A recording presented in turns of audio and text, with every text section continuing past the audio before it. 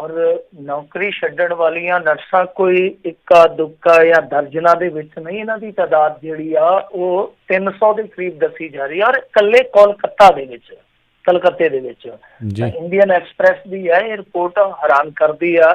ਪਰ ਪਤਾ ਨਹੀਂ ਕਿਉਂ ਗੱਲਾਂ ਸਾਡਾ ਜਿਹੜਾ ਮੇਨ ਸਟ੍ਰੀਮ ਮੀਡੀਆ ਉਹਦੇ ਮੂੰਹੋਂ ਜਾਂ ਤੇ ਨਿਕਲਦੀਆਂ ਨਹੀਂ, ਗੁੰਗਾ ਹੋ ਜਾਂਦਾ, ਤੇ ਜਾਂ ਉਹਦੇ ਕੰਨਾਂ ਤੇ ਕੱਪੜਦੀਆਂ ਨਹੀਂ ਜਾਂ ਅੱਖਾਂ ਤੇ ਕੱਪੜਦੀਆਂ ਨਹੀਂ। ਪਤਾ ਨਹੀਂ ਕਿੱਥੇ ਸਮੱਸਿਆ ਹੈ। ਉਹ ਦੂਜੇ ਪਾਸੇ ਬੀਬੀਆਂ ਜਿਹੜੀਆਂ ਤਿਆਰ ਸ਼ਿਆਰ ਹੋ ਕੇ 4-4:30 ਵਜੇ ਲੱਗ ਜਾਂਦੀਆਂ, ਰਾਤ ਦੇ 11-12 ਵਜੇ ਤੱਕ ਹਿੰਦੂ, ਮੁਸਲਮਾਨ, ਚਾਈਨਾ, ਬਸ ਇਹੀ ਕੁਝ ਚੱਲੀ ਜਾਂਦਾ। ਫਿਕਸ ਏਜੰਡੇ ਜਿਹੜੇ ਆ ਉਹੀ ਕਢਾਈ ਜਾਂਦੇ ਆ। ਸਮੱਸਿਆ ਤੇ ਆ ਕਿ ਤੁਸੀਂ ਇਹਨਾਂ ਚੀਜ਼ਾਂ ਨੂੰ ਜਿਹੜੇ ਚਰਚਾ ਕਰੋ, ਲੋਕਾਂ ਨੂੰ ਜਿਹੜੀ ਮੂਰਖਾਂ ਦੀ ਟੋਲੀ ਆ ਇਹਨਾਂ ਨੂੰ ਮਾੜੀ ਮੋਟੀ ਅਕਲ ਦੇਵੋ ਕਿ ਤੁਸੀਂ ਕੀ ਕਰ ਰਹੇ ਹੋ। ਇਹ ਔਰਤਾਂ ਨੇ, ਔਰ ਕਮਾਲ ਦੀ ਗੱਲ ਆ ਕਿ ਇਹ ਜਿਹੜੀਆਂ ਔਰਤਾਂ ਨਾਰਥ ਈਸਟ ਚੋਂ ਨੇ ਬਹੁਤੀਆਂ, ਠੀਕ ਹੈ ਜੀ। ਤਾਂ ਹੁਣ ਤੁਹਾਨੂੰ ਪਤਾ ਹੀ ਆ ਕਿ ਹਰੇਕ ਬੰਦੇ ਦਾ ਹੁੰਦਾ ਆ ਕਿ ਕਿਸੇ ਦੀ ਨਸਲ ਕਿਸੇ ਤਰ੍ਹਾਂ ਦੀ ਆ, ਕਿਸੇ ਦਾ ਰੰਗ ਕਿਸੇ ਤਰ੍ਹਾਂ ਦਾ ਹੈ। ਤਾਂ ਸਾਡਾ ਸੰਵਿਧਾਨ ਇਸੇ ਕਰਕੇ ਕਹਿੰਦਾ ਕਿ ਤੁਸੀਂ ਰੰਗ ਦੇ ਆਧਾਰ ਤੇ, ਧਰਮ ਦੇ ਆਧਾਰ ਤੇ, ਜ਼ਾਤ ਦੇ ਆਧਾਰ ਤੇ ਕਿਸੇ ਨਾਲ ਡਿਸਕ੍ਰਿਮੀਨੇਸ਼ਨ ਨਹੀਂ ਕਰ ਸਕਦੇ। ਤਾਂ ਉਹਨਾਂ ਨੂੰ ਛੇੜਿਆ ਜਾਂਦਾ ਉੱਥੇ ਕਿ ਤੁਸੀਂ ਕਰੋਨਾ ਹੋ, ਤੁਸੀਂ ਚੀਨ 'ਚ ਚਲੇ ਜਾਓ। ਹੁਣ ਇੱਕ ਤੇ ਵੀਜ਼ੇ ਬਹੁਤ ਲਾਉਂਦੇ, ਕਾਊਂਟਰ ਖੋਲ ਰੱਖੇ ਇਹਨਾਂ ਨੇ, ਕੋਈ ਪਾਕਿਸਤਾਨ 'ਚ ਘੱਲੀ ਜਾਂਦਾ, ਕੋਈ ਚਾਈਨਾ 'ਚ ਘੱਲੀ ਜਾਂਦਾ। ਤਾਂ ਉਹ ਜਿਹੜੀਆਂ ਟਿੱਪਣੀਆਂ ਨੇ ਫਿਰ ਹੁਣ ਇੱਥੋਂ ਤੱਕ ਅਸਰਕਾਰਕ ਹੋ ਗਈਆਂ ਕਿ ਨੌਕਰੀ ਛੱਡਣ ਵਾਲੀਆਂ ਨਰਸਾਂ ਦੀ ਤਾਦਾਦ ਉੱਥੇ 300 ਦੇ ਕਰੀਬ ਦੱਸੀ ਜਾਂਦੀ ਆ। ਔਰ ਉਹ ਖੁਦ ਔਨ ਰਿਕਾਰਡ ਮੰਨਦੀਆਂ ਨੇ ਬੀਬੀਆਂ ਕਿ ਭਾਈ ਇਸ ਜਿਹੜੀ ਹਾਲਤ ਇਸ ਹਾਲ ਦੇ ਵਿੱਚ ਨੌਕਰੀ ਕਰਨੀ ਪੋਸੀਬਲ ਹੀ ਹੈ ਨਹੀਂ। ਇੱਕ ਤੇ ਅਸੀਂ ਘਰਾਂ ਤੋਂ ਦੂਰ ਹਾਂ, ਰਿਸਕ ਤੇ ਹਾਂ, ਤੇ ਤੀਜੀ ਇਸ ਤਰ੍ਹਾਂ ਦੀ ਜਿਹੜੀ ਇੱਕ ਵਿਤਕਰੇਬਾਜ਼ੀ ਆ ਉਹ ਸਾਥੋਂ ਬਰਦਾਸ਼ਤ ਨਹੀਂ ਹੁੰਦੀ। ਇਸ ਕਰਕੇ ਅਸੀਂ ਇਸ ਨੌਕਰੀ ਤੋਂ ਚੰਗੇ ਆ। ਤਾਂ ਤੁਸੀਂ ਆਪ ਹੀ ਸਮਝ ਲਓ ਕਿ ਕਿੰਨੀ ਮਾੜੀ ਗੱਲ ਆ। ਹੁਣ ਦੂਜੇ ਪਾਸੇ ਜੇ ਆਪਾਂ ਵੇਖੀਏ, ਮਾੜੀ ਮੋਟੀ ਗੱਲ ਹੋ ਜਾਵੇ ਦੇਸ਼ ਧਰੋਹ ਦਾ ਮੁਕੱਦਮਾ ਹੋ ਜਾਂਦਾ। ਇੱਥੇ ਤਬਲੀਗੀਆਂ ਤੇ ਇੱਕ ਟਵੀਟ ਕੀਤਾ ਜਾਂਦਾ ਹੈ। ਕਿਸ ਸੱਜਣ ਨੇ ਕੀਤਾ? ਜਿਸ IAS ਅਫਸਰ ਨੇ ਨਰਿੰਦਰ ਮੋਦੀ ਦੇ ਜਹਾਜ਼ ਦੀ ਤਲਾਸ਼ੀ ਲਈ ਸੀ ਜਦੋਂ ਇਹ ਇਲੈਕਸ਼ਨ ਕੰਪੇਨ ਦੇ ਵਿੱਚ ਸਨ, ਮੁਹੰਮਦ ਮੋਹਿਸਨ ਨੂੰ ਸਿਰਫ ਇਸ ਕਰਕੇ ਚਾਰਜ ਕਰ ਲਿਆ ਜਾਂਦਾ ਹੈ, ਮਤਲਬ ਕਿ ਉਹਦੇ ਤੋਂ ਜਵਾਬ ਮੰਗ ਲਿਆ ਜਾਂਦਾ ਹੈ ਕਿ ਹਾਂ ਭਾਈ ਤੂੰ ਤਬਲੀਗੀਆਂ ਦੇ ਹੱਕ 'ਚ ਇਹ ਟਵੀਟ ਕਿਉਂ ਕੀਤਾ ਕਿ ਵੇਖੋ ਜੀ ਉਹ ਪਲਾਜ਼ਮਾ ਡੋਨੇਟ ਕਰ ਰਹੇ ਨੇ, ਕਿੰਨਾ ਵਧੀਆ ਕੰਮ ਕਰ ਰਹੇ ਨੇ। ਇੱਥੇ ਜੋ ਦਿੱਲੀ ਦਾ ਮਾਈਨੋਰਿਟੀ ਕਮਿਸ਼ਨ ਦਾ ਚੇਅਰਮੈਨ ਆ ਉਹਦੇ ਤੇ ਸ਼ਿਕੰਜਾ ਕਰ ਦਿੱਤਾ ਜਾਂਦਾ, ਦੇਸ਼ ਧਰੋਹ ਦਾ ਮੁਕੱਦਮਾ ਪਾ ਦਿੱਤਾ ਜਾਂਦਾ ਹੈ। ਤਾਂ ਬੰਦਾ ਪੁੱਛੇ ਜਿਹੜੀਆਂ ਕਰਤੂਤਾਂ ਕਰਦੇ ਪਏ ਆ, ਜਿਨ੍ਹਾਂ ਨੂੰ ਇੱਕ ਪਾਸੇ ਤੁਸੀਂ ਕਰੋਨਾ ਵਾਰੀਅਰ ਕਹਿੰਦੇ ਹੋ, ਦੂਸਰੇ ਪਾਸੇ ਉਹਨਾਂ ਨੂੰ ਜਿਹੜੇ ਜ਼ਲੀਲ ਕਰਦੇ ਆ, ਔਰ ਇਸ ਲੜਾਈ ਦੇ ਵਿੱਚ ਜਿਹੜੇ ਅੜਿੱਕਾ ਪਾ ਰਹੇ ਆ, ਅੜਿੱਕਾ ਤੋਂ ਬਣ ਰਹੇ ਆ ਕਿ ਇਹ ਦੇਸ਼ ਪ੍ਰੇਮੀ ਆ। ਇਹੋ ਜਿਹੇ ਬੰਦਿਆਂ ਤੇ ਕਾਰਵਾਈ ਕਰਨੀ ਚਾਹੀਦੀ ਹੈ, ਸਖਤ ਕਾਰਵਾਈ ਕਰਨੀ ਚਾਹੀਦੀ ਹੈ। ਔਰ ਨਾਲ ਮੀਡੀਆ ਦਾ ਫਰਜ਼ ਬਣਦਾ, ਮੀਡੀਆ ਦਾ ਇਹ ਕੰਮ ਨਹੀਂ ਹੈ ਕਿ ਲਾਲਾਂ ਚੱਟੀ ਜਾਓ ਲੀਡਰਾਂ ਦੀਆਂ। ਚੀਜ਼ ਹੁੰਦੀ ਆ ਕਿ ਤੁਸੀਂ ਇਹਨੂੰ ਇੱਕ ਤੇ ਲੋਕਾਂ ਦੀ ਕਚਹਿਰੀ 'ਚ ਰੱਖੋ, ਔਰ ਇੱਕ ਇਹਨਾਂ ਮੂਰਖ ਮੰਡਲੀ ਵਾਲਿਆਂ ਨੂੰ ਦੱਸੋ ਕਿ ਭਾਈ ਇਹ ਕੌਣ ਨੇ। ਔਰ ਕਰੋਨਾ ਕਹਿਣਾ ਜਾਂ ਇਸ ਤਰ੍ਹਾਂ ਚੀਨ 'ਚ ਚਲੇ ਜਾਓ ਕਹਿਣਾ ਇਹ ਗੁਨਾਹ ਹੈ। ਔਰ ਵੈਸੇ ਵੀ ਇਖਲਾਕੀ ਤੌਰ ਤੇ ਅਸੀਂ ਇੱਕ ਪਾਸੇ ਕਹਿੰਦੇ ਆ ਕਿ ਔਰਤਾਂ ਕੰਜਕ ਹੁੰਦੀਆਂ ਨੇ, ਕੰਜਕਾਂ ਹੁੰਦੀਆਂ ਨੇ, ਪੂਜਾ ਕਰਦੇ ਆ, ਧੀਆਂ ਭੈਣਾਂ ਸਾਂਝੀਆਂ ਹੁੰਦੀਆਂ, ਕਿੰਨੇ ਪਖੰਡ ਕਰਦੇ ਆ। ਇੱਕ ਤਰ੍ਹਾਂ ਦਾ ਪਖੰਡ ਹੀ ਹੈ ਨਾ। ਤਾਂ ਦੂਸਰੇ ਪਾਸੇ ਤੁਸੀਂ ਇਸ ਤਰ੍ਹਾਂ ਦਾ ਵਤੀਰਾ ਰੱਖਦੇ ਹੋ। ਤਾਂ ਮੇਰੇ ਖਿਆਲ ਦੇ ਨਾਲ ਬਹੁਤ ਹੀ ਘਟੀਆ ਗੱਲ ਆ। ਕਾਰਵਾਈ ਹੋਣੀ ਚਾਹੀਦੀ ਹੈ, ਸਖਤ ਕਾਰਵਾਈ ਹੋਣੀ ਚਾਹੀਦੀ ਹੈ ਇਸ ਮਾਮਲੇ 'ਚ। ਖੈਰ ਆਪਾਂ ਅੱਗੇ ਵੱਧਦੇ ਹਾਂ। ਮੈਂ ਕੁਛ ਛੋਟੀਆਂ ਸੁਰਖੀਆਂ ਤੁਹਾਨੂੰ ਦੱਸ ਦਿੰਦਾ ਕਰੋਨਾ ਦੇ ਨਾਲ ਹੀ ਜੁੜੀਆਂ।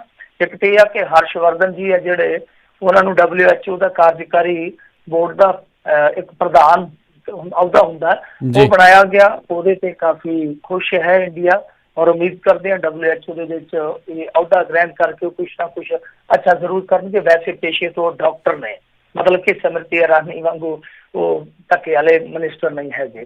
ਖੈਰ ਦੂਸਰੇ ਪਾਸੇ ਪ੍ਰਧਾਨ ਮੰਤਰੀ ਨਰਿੰਦਰ ਮੋਦੀ ਜੀ ਅੱਜ ਗਏ ਆ, ਇੱਕ ਪਾਸੇ ਕਰੋਨਾ, ਦੂਸਰੇ ਪਾਸੇ ਕੁਦਰਤੀ ਵਿਪਤਾ। ਵਾਹਵਾ ਦਿਨਾਂ ਬਾਅਦ ਉਹ ਜਹਾਜ਼ੇ ਚੜ੍ਹੇ ਆ, ਪਹਿਲਾਂ ਤੇ ਵਧਾਈ ਦੇਣੀ ਚਾਹੀਦੀ ਆ। ਔਰ ਦੂਜੀ ਗੱਲ ਇਹ ਆ ਕਿ ਉਹਨਾਂ ਨੇ ਇੱਕ ਅੱਛਾ ਖਾਸਾ ਪੈਕੇਜ ਉੱਥੇ ਐਲਾਨਿਆ ਵਾ। ਚਲੋ ਇਲੈਕਸ਼ਨ ਦਾ ਅੱਗੇ ਤੁਹਾਨੂੰ ਪਤਾ ਦੌਰ ਆਉਣਾ ਬਿਹਾਰ ਦੇ ਵਿੱਚ, ਬੰਗਾਲ ਦੇ ਵਿੱਚ, ਉਹ ਠੀਕ ਹੈ ਸਿਆਸੀ ਤਨਜ਼ੀਮਾਂ ਜਿਹੜੀਆਂ ਉਹ ਜੋੜ ਤੋੜ ਕਰਦੀਆਂ। ਪਰ ਮੇਰੇ ਖਿਆਲ ਦੇ ਨਾਲ ਪ੍ਰਧਾਨ ਮੰਤਰੀ ਜੀ ਨੇ ਅੱਛੀ ਪਹਿਲ ਕਦਮੀ ਕੀਤੀ। 1000 ਕਰੋੜ ਦਾ ਫੌਰੀ ਪੈਕੇਜ ਹੈ ਜਿਹੜਾ ਉਹ ਇਹਨਾਂ ਨੇ ਐਲਾਨ ਕੀਤਾ। ਔਰ ਇਸ ਤੋਂ ਇਲਾਵਾ ਇੱਕ ਫਰਾਕ ਦਿਲੀ ਵੀ ਦਿਖਾਈ ਹੈ ਉਹਨਾਂ ਨੇ। ਵੇਖੋ ਉਹਨਾਂ ਨੇ ਕਿਹਾ ਕਿ ਮਮਤਾ ਜੀ ਦੀ ਨੁਮਾਇੰਦਗੀ 'ਚ, ਉਹਨਾਂ ਦੀ ਅਗਵਾਈ ਦੇ ਵਿੱਚ ਪੱਛਮੀ ਬੰਗਾਲ ਅੱਛੀ ਤਰ੍ਹਾਂ ਲੜ ਰਿਹਾ ਹੈ। ਤਾਂ ਆਮ ਲੀਡਰਾਂ ਦੇ ਵਿੱਚ ਆਪਾਂ ਦੇਖਦੇ ਹਾਂ ਕਿ ਫਰਾਕ ਦਿਲੀ ਕਈ ਵਾਰ ਜਿਹੜੀ ਆ ਉਹ ਦਮ ਘੁੱਟ ਜਾਂਦੀ ਆ कि दूजे की सिफत नहीं कर सकते। इतने प्रधानमंत्री जी ने अच्छी गल की है, अच्छी पहल की है। दूसरे पासे जे आप गल करिए EMI के भुगतान से 3 महीनों वास्ते छूट दी गई है, RBI कहता।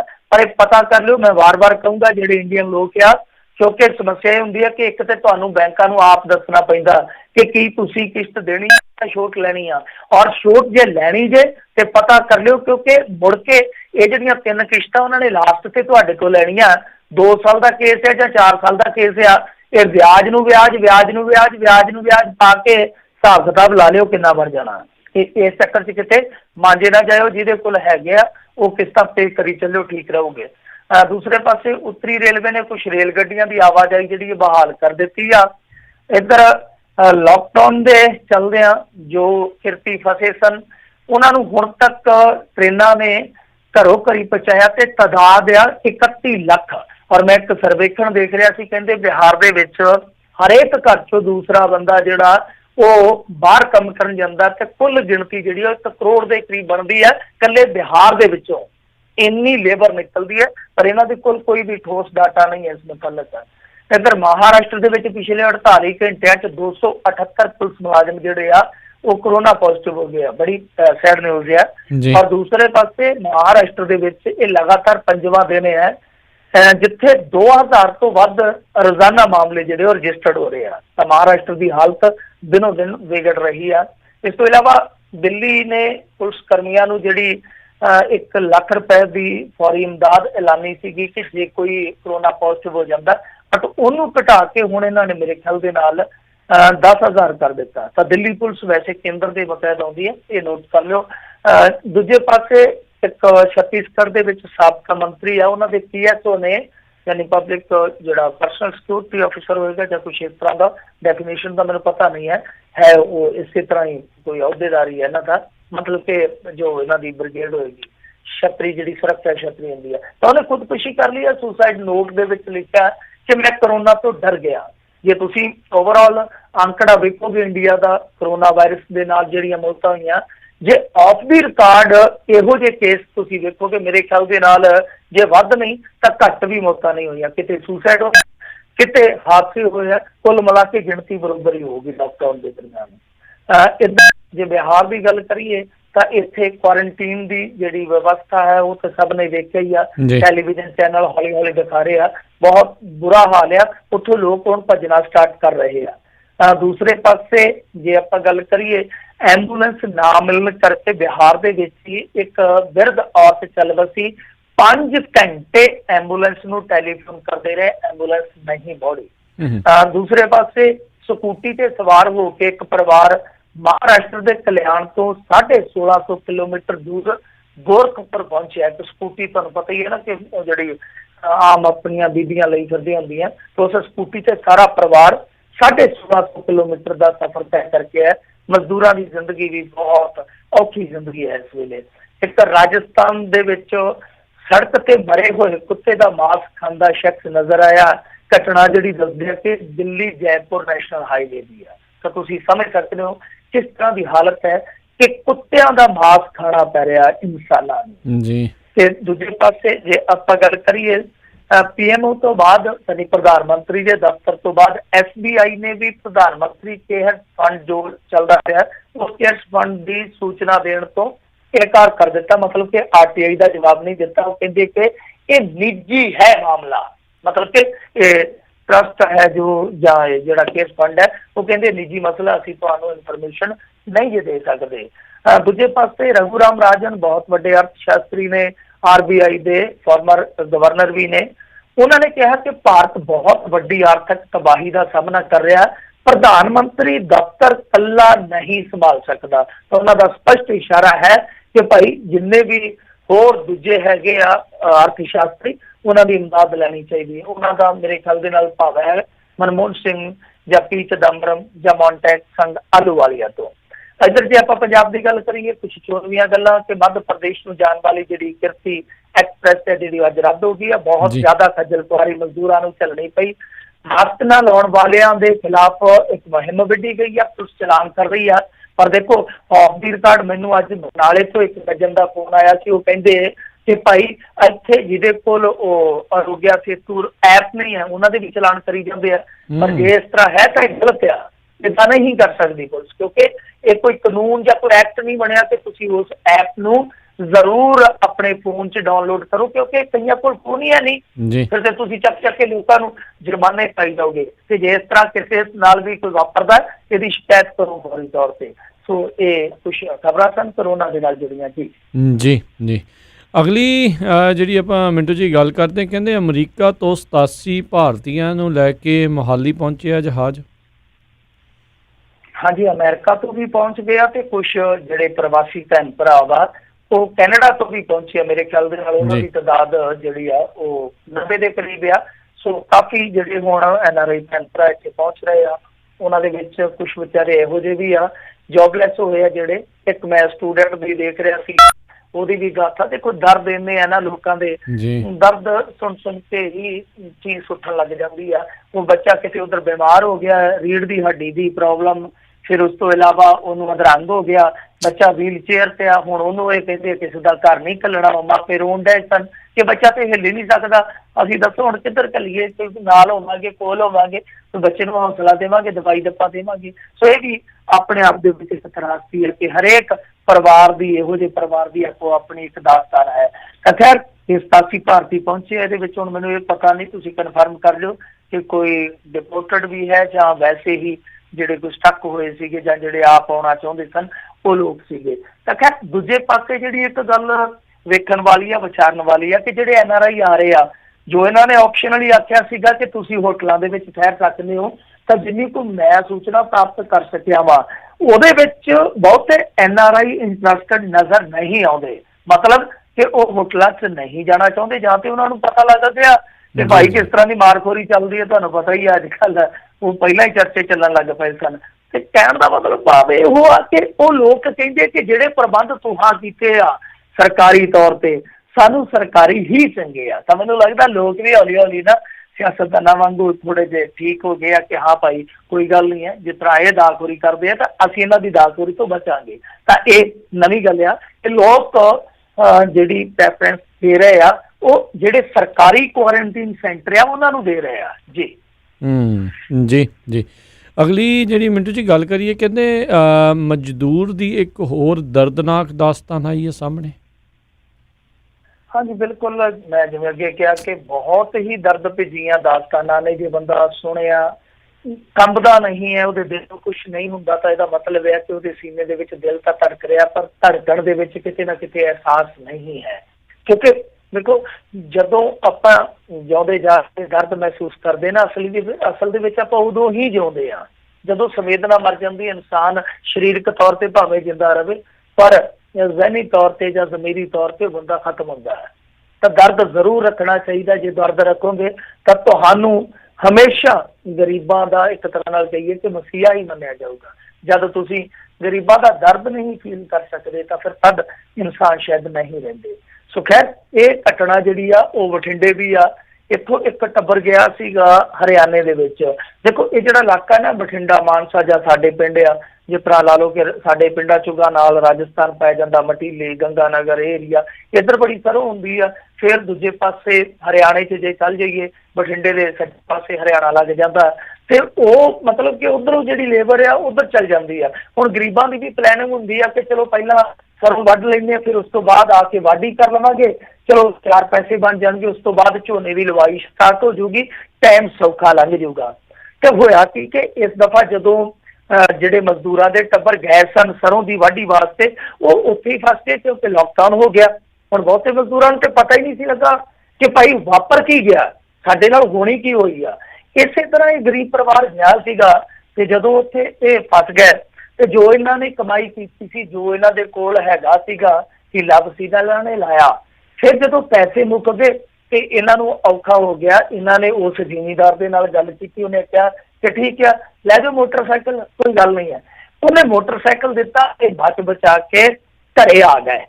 ਪਰ ਹੋਇਆ ਕੀ ਕਿ 3 ਬੱਚੇ ਸਨ ਉਸ ਗਰੀਬ ਬੰਦੇ ਦੇ, ਉਹਨੇ ਇੱਕ ਬੱਚਾ ਗਹਿਣੇ ਰੱਖ ਲਿਆ ਕਿ ਭਾਈ ਜਦ ਮੋਟਰਸਾਈਕਲ ਮੋੜ ਜਾਏਗਾ ਪੁੱਠਾ ਤੇ ਆਪਦਾ ਜਵਾਕ ਲੈ ਜਾਵੀਂ। ਜਦੋਂ ਇਹ ਬੰਦਾ ਕੁਛ ਦਿਨਾਂ ਬਾਅਦ ਆਪਣਾ ਬੱਚਾ ਲੈਣ ਗਿਆ, ਹੁਣ ਬੱਚਾ ਅੰਦਰ ਅੰਦਰ ਦਾ ਟੋਟਾ ਹੈ ਨਾ, ਉਹਨੂੰ ਲੈਣ ਗਿਆ ਜਦੋਂ ਵਾਪਸ, ਹੋ ਸਕਦਾ ਪੈਸੇ ਧੇਲੇ ਦਾ ਵੀ ਕੋਈ ਇੰਤਜ਼ਾਮ ਕੀਤਾ ਹੋਵੇ। ਜਦੋਂ ਜਾਂਦਾ ਪਿਆ ਸੀ ਤੇ ਰਸਤੇ ਦੇ ਵਿੱਚ ਕਿਸੇ ਵਹੀਕਲ ਨੇ ਉਹਨੂੰ ਮਿੱਧ ਦਿੱਤਾ, ਬੰਦਾ ਥਾਂ ਹੀ ਫੌਤ ਹੋ ਗਿਆ। ਤੇ ਹੁਣ ਨਾ ਉਧਰ ਦਾ ਨਾ ਪਰਿਵਾਰ, ਉਧਰ ਦਾ ਵਿਚਾਰਾ ਪਰਿਵਾਰ ਇੱਕ ਤਰ੍ਹਾਂ ਨਾਲ ਕਹੀਏ ਫੌਤ ਹੋਏ ਦੇ ਨਾਲ ਜਿਉਂਦੇ ਜੀ ਹੀ ਮਰ ਗਿਆ। ਤੇ ਹੁਣ ਇਹ ਵੇਖਣ ਵਾਲੀ ਗੱਲ ਇਹ ਆ ਕਿ ਉਸ ਬੰਦੇ ਨੇ ਜਿਹੜਾ ਇਹ ਇਖਲਾਕ ਵਿਖਾਇਆ ਕਿ ਉਹ ਇਨਸਾਨਾਂ ਵਾਲਾ ਆ।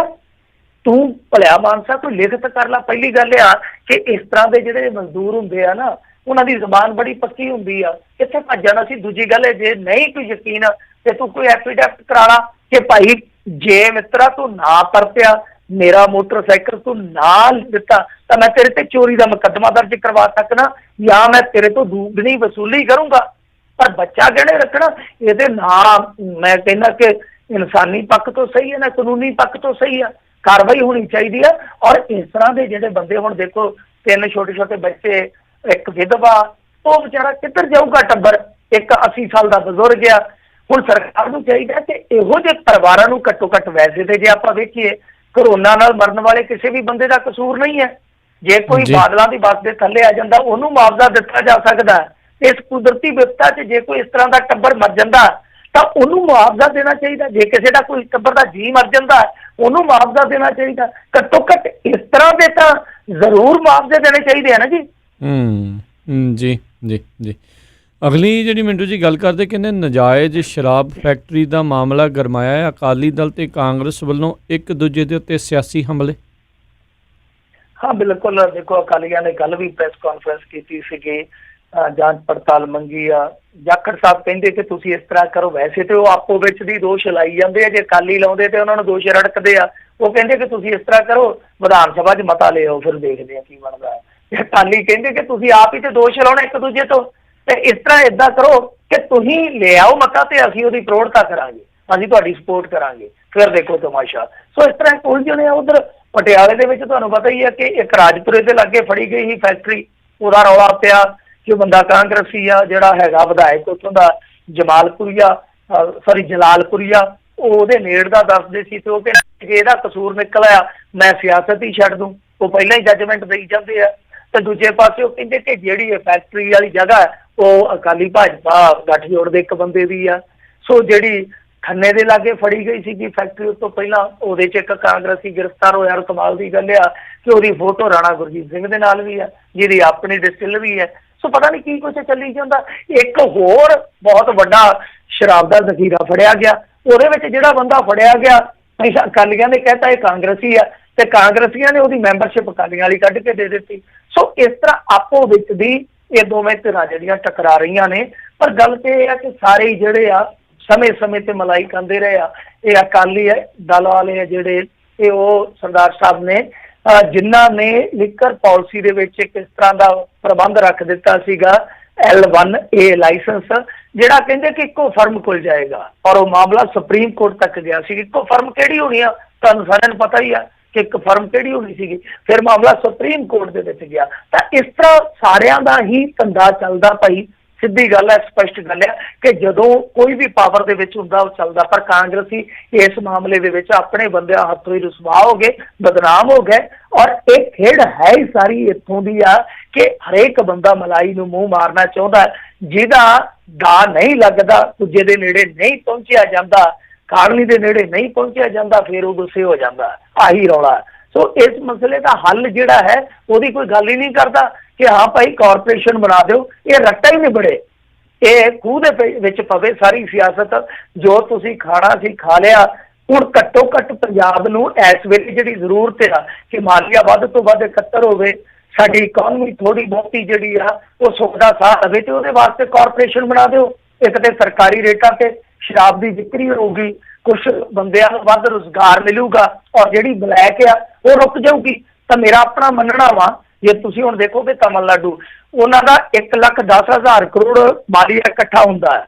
ਉਹਦੇ ਵਿੱਚ ਮੇਰੇ ਖਿਆਲ ਦੇ ਨਾਲ ਬਹੁਤ ਵੱਡਾ 30,000 ਕਰੋੜ ਦੇ ਤਕਰੀਬਨ ਮੇਰੇ ਖਿਆਲ ਦੇ ਨਾਲ ਉਹ ਇੱਥੇ ਹੀ ਆਉਂਦਾ, ਸ਼ਰਾਬ ਤੋਂ ਆਉਂਦਾ। ਸੋ ਇਹ ਤੁਸੀਂ ਵੇਖੋ, ਬਹੁਤ ਵੱਡੀ ਕਮਾਈ ਯੂਪੀ ਕਰਦਾ, ਫਿਰ ਕੇਰਲ ਕਰਦਾ। ਤਾਂ ਉਹ ਸਟੇਟਾਂ ਇਸ ਕਰਕੇ ਕਰੀ ਜਾਂਦੇ ਆ ਕਿਉਂਕਿ ਉਹਨਾਂ ਦੇ ਕੋਲ ਪਾਰਦਰਸ਼ਤਾ ਹੈ। ਸਾਡੇ ਇੱਥੇ ਪਾਰਦਰਸ਼ਤਾ ਦੀ ਕਮੀ ਆ, ਤਾਂ ਕਾਰਪੋਰੇਸ਼ਨ ਬਣਾਉਣ ਦੇ ਵਿੱਚ ਕੀ ਇਹਨਾਂ ਨੂੰ ਮਰੇ ਪੈਂਦੀ ਆ, ਉਹ ਸਮਝ ਤੋਂ ਪਰੇ ਦੀ ਗੱਲ ਆ। ਔਰ ਕੋਈ ਵੀ ਪਤਾ ਨਹੀਂ ਕਹਿੰਦਾ। ਛੋਟਾ ਆਮ ਆਦਮੀ ਪਾਰਟੀ ਤੋਂ ਉਹ ਇੱਕਾ ਦੁੱਕਾ ਸਟੇਟਮੈਂਟਾਂ ਜ਼ਰੂਰ ਦਿੰਦੇ ਆ, ਪਰ ਸਿੱਧੂ ਨੇ ਇਹ ਮਸਲਾ ਚੁੱਕਿਆ ਕਿ ਉਸ ਵੇਲੇ ਸਿੱਧੂ ਦੀ ਨਾ ਸਿਰਫ ਪਾਲਿਸੀ ਨੂੰ ਨਕਾਰਿਆ ਗਿਆ, ਬਾਅਦ ਦੇ ਵਿੱਚ ਹੌਲੀ ਹੌਲੀ ਸਿੱਧੂ ਹੀ ਨਕਾਰ ਦਿੱਤਾ ਗਿਆ। ਤਾਂ ਇਹ ਜ਼ਰੂਰ ਮੰਗ ਉੱਠਣੀ ਚਾਹੀਦੀ ਆ। ਸਾਡੇ ਲੋਕਾਂ ਨੂੰ ਕਹਿਣਾ ਚਾਹੀਦਾ ਕਿ ਜਦੋਂ ਭਾਈ ਸਾਹਿਬ ਤੁਸੀਂ ਆਪਣੀ ਹੀ ਸਰਕਾਰ ਦਾ ਵਿਰੋਧ ਕਰਦੇ ਹੋ, ਤਾਂ ਫਿਰ ਤੁਸੀਂ ਇਹ ਕਿਉਂ ਨਹੀਂ ਕਹਿੰਦੇ ਕਿ ਹਾਂ ਭਾਈ ਕਾਰਪੋਰੇਸ਼ਨ ਬਣਾ ਦਿਓ, ਸਿਆਪਾ ਹੀ ਨਹੀਂ ਬਣੇ। ਜੀ ਜੀ ਜੀ ਮਿੰਟੂ ਜੀ, ਅਗਲੀ ਜਿਹੜੀ ਗੱਲ ਕਰਦੇ ਹਾਂ ਸਿਸਟਮ ਦਾ ਹਾਲ, ਕਹਿੰਦੇ ਦੇਖੋ ਜੀ ਇੰਸਪੈਕਟਰ ਨੂੰ ਪਰਚਾ ਕਰਾਉਣ ਲਈ 3 ਸਾਲ ਦਾ ਸਮਾਂ ਲੱਗਾ। ਵਾਕਿਆ ਹੀ ਇੱਥੇ ਇਹੋ ਜਿਹਾ ਮਾਹੌਲ ਆ। ਇੱਕ ਫੌਜ ਦੇ ਬਹੁਤ ਵੱਡੇ ਅਫਸਰ ਸਨ, ਰਿਟਾਇਰਮੈਂਟ ਤੋਂ ਬਾਅਦ ਉਹਨਾਂ ਦਾ ਜ਼ਮੀਨ ਦਾ ਯਾਨੀ ਘਰੇਲੂ ਜਾਇਦਾਦ ਦਾ ਝਗੜਾ ਸੀਗਾ, ਔਰ ਉਹ ਝਗੜਾ ਪਤਾ ਨਹੀਂ ਕਿੰਨੇ ਸਾਲ ਹੀ ਚੱਲ ਰਿਹਾ। ਅੰਤ ਦੇ ਵਿੱਚ ਉਹ ਫੌਤ ਹੋ ਗਏ।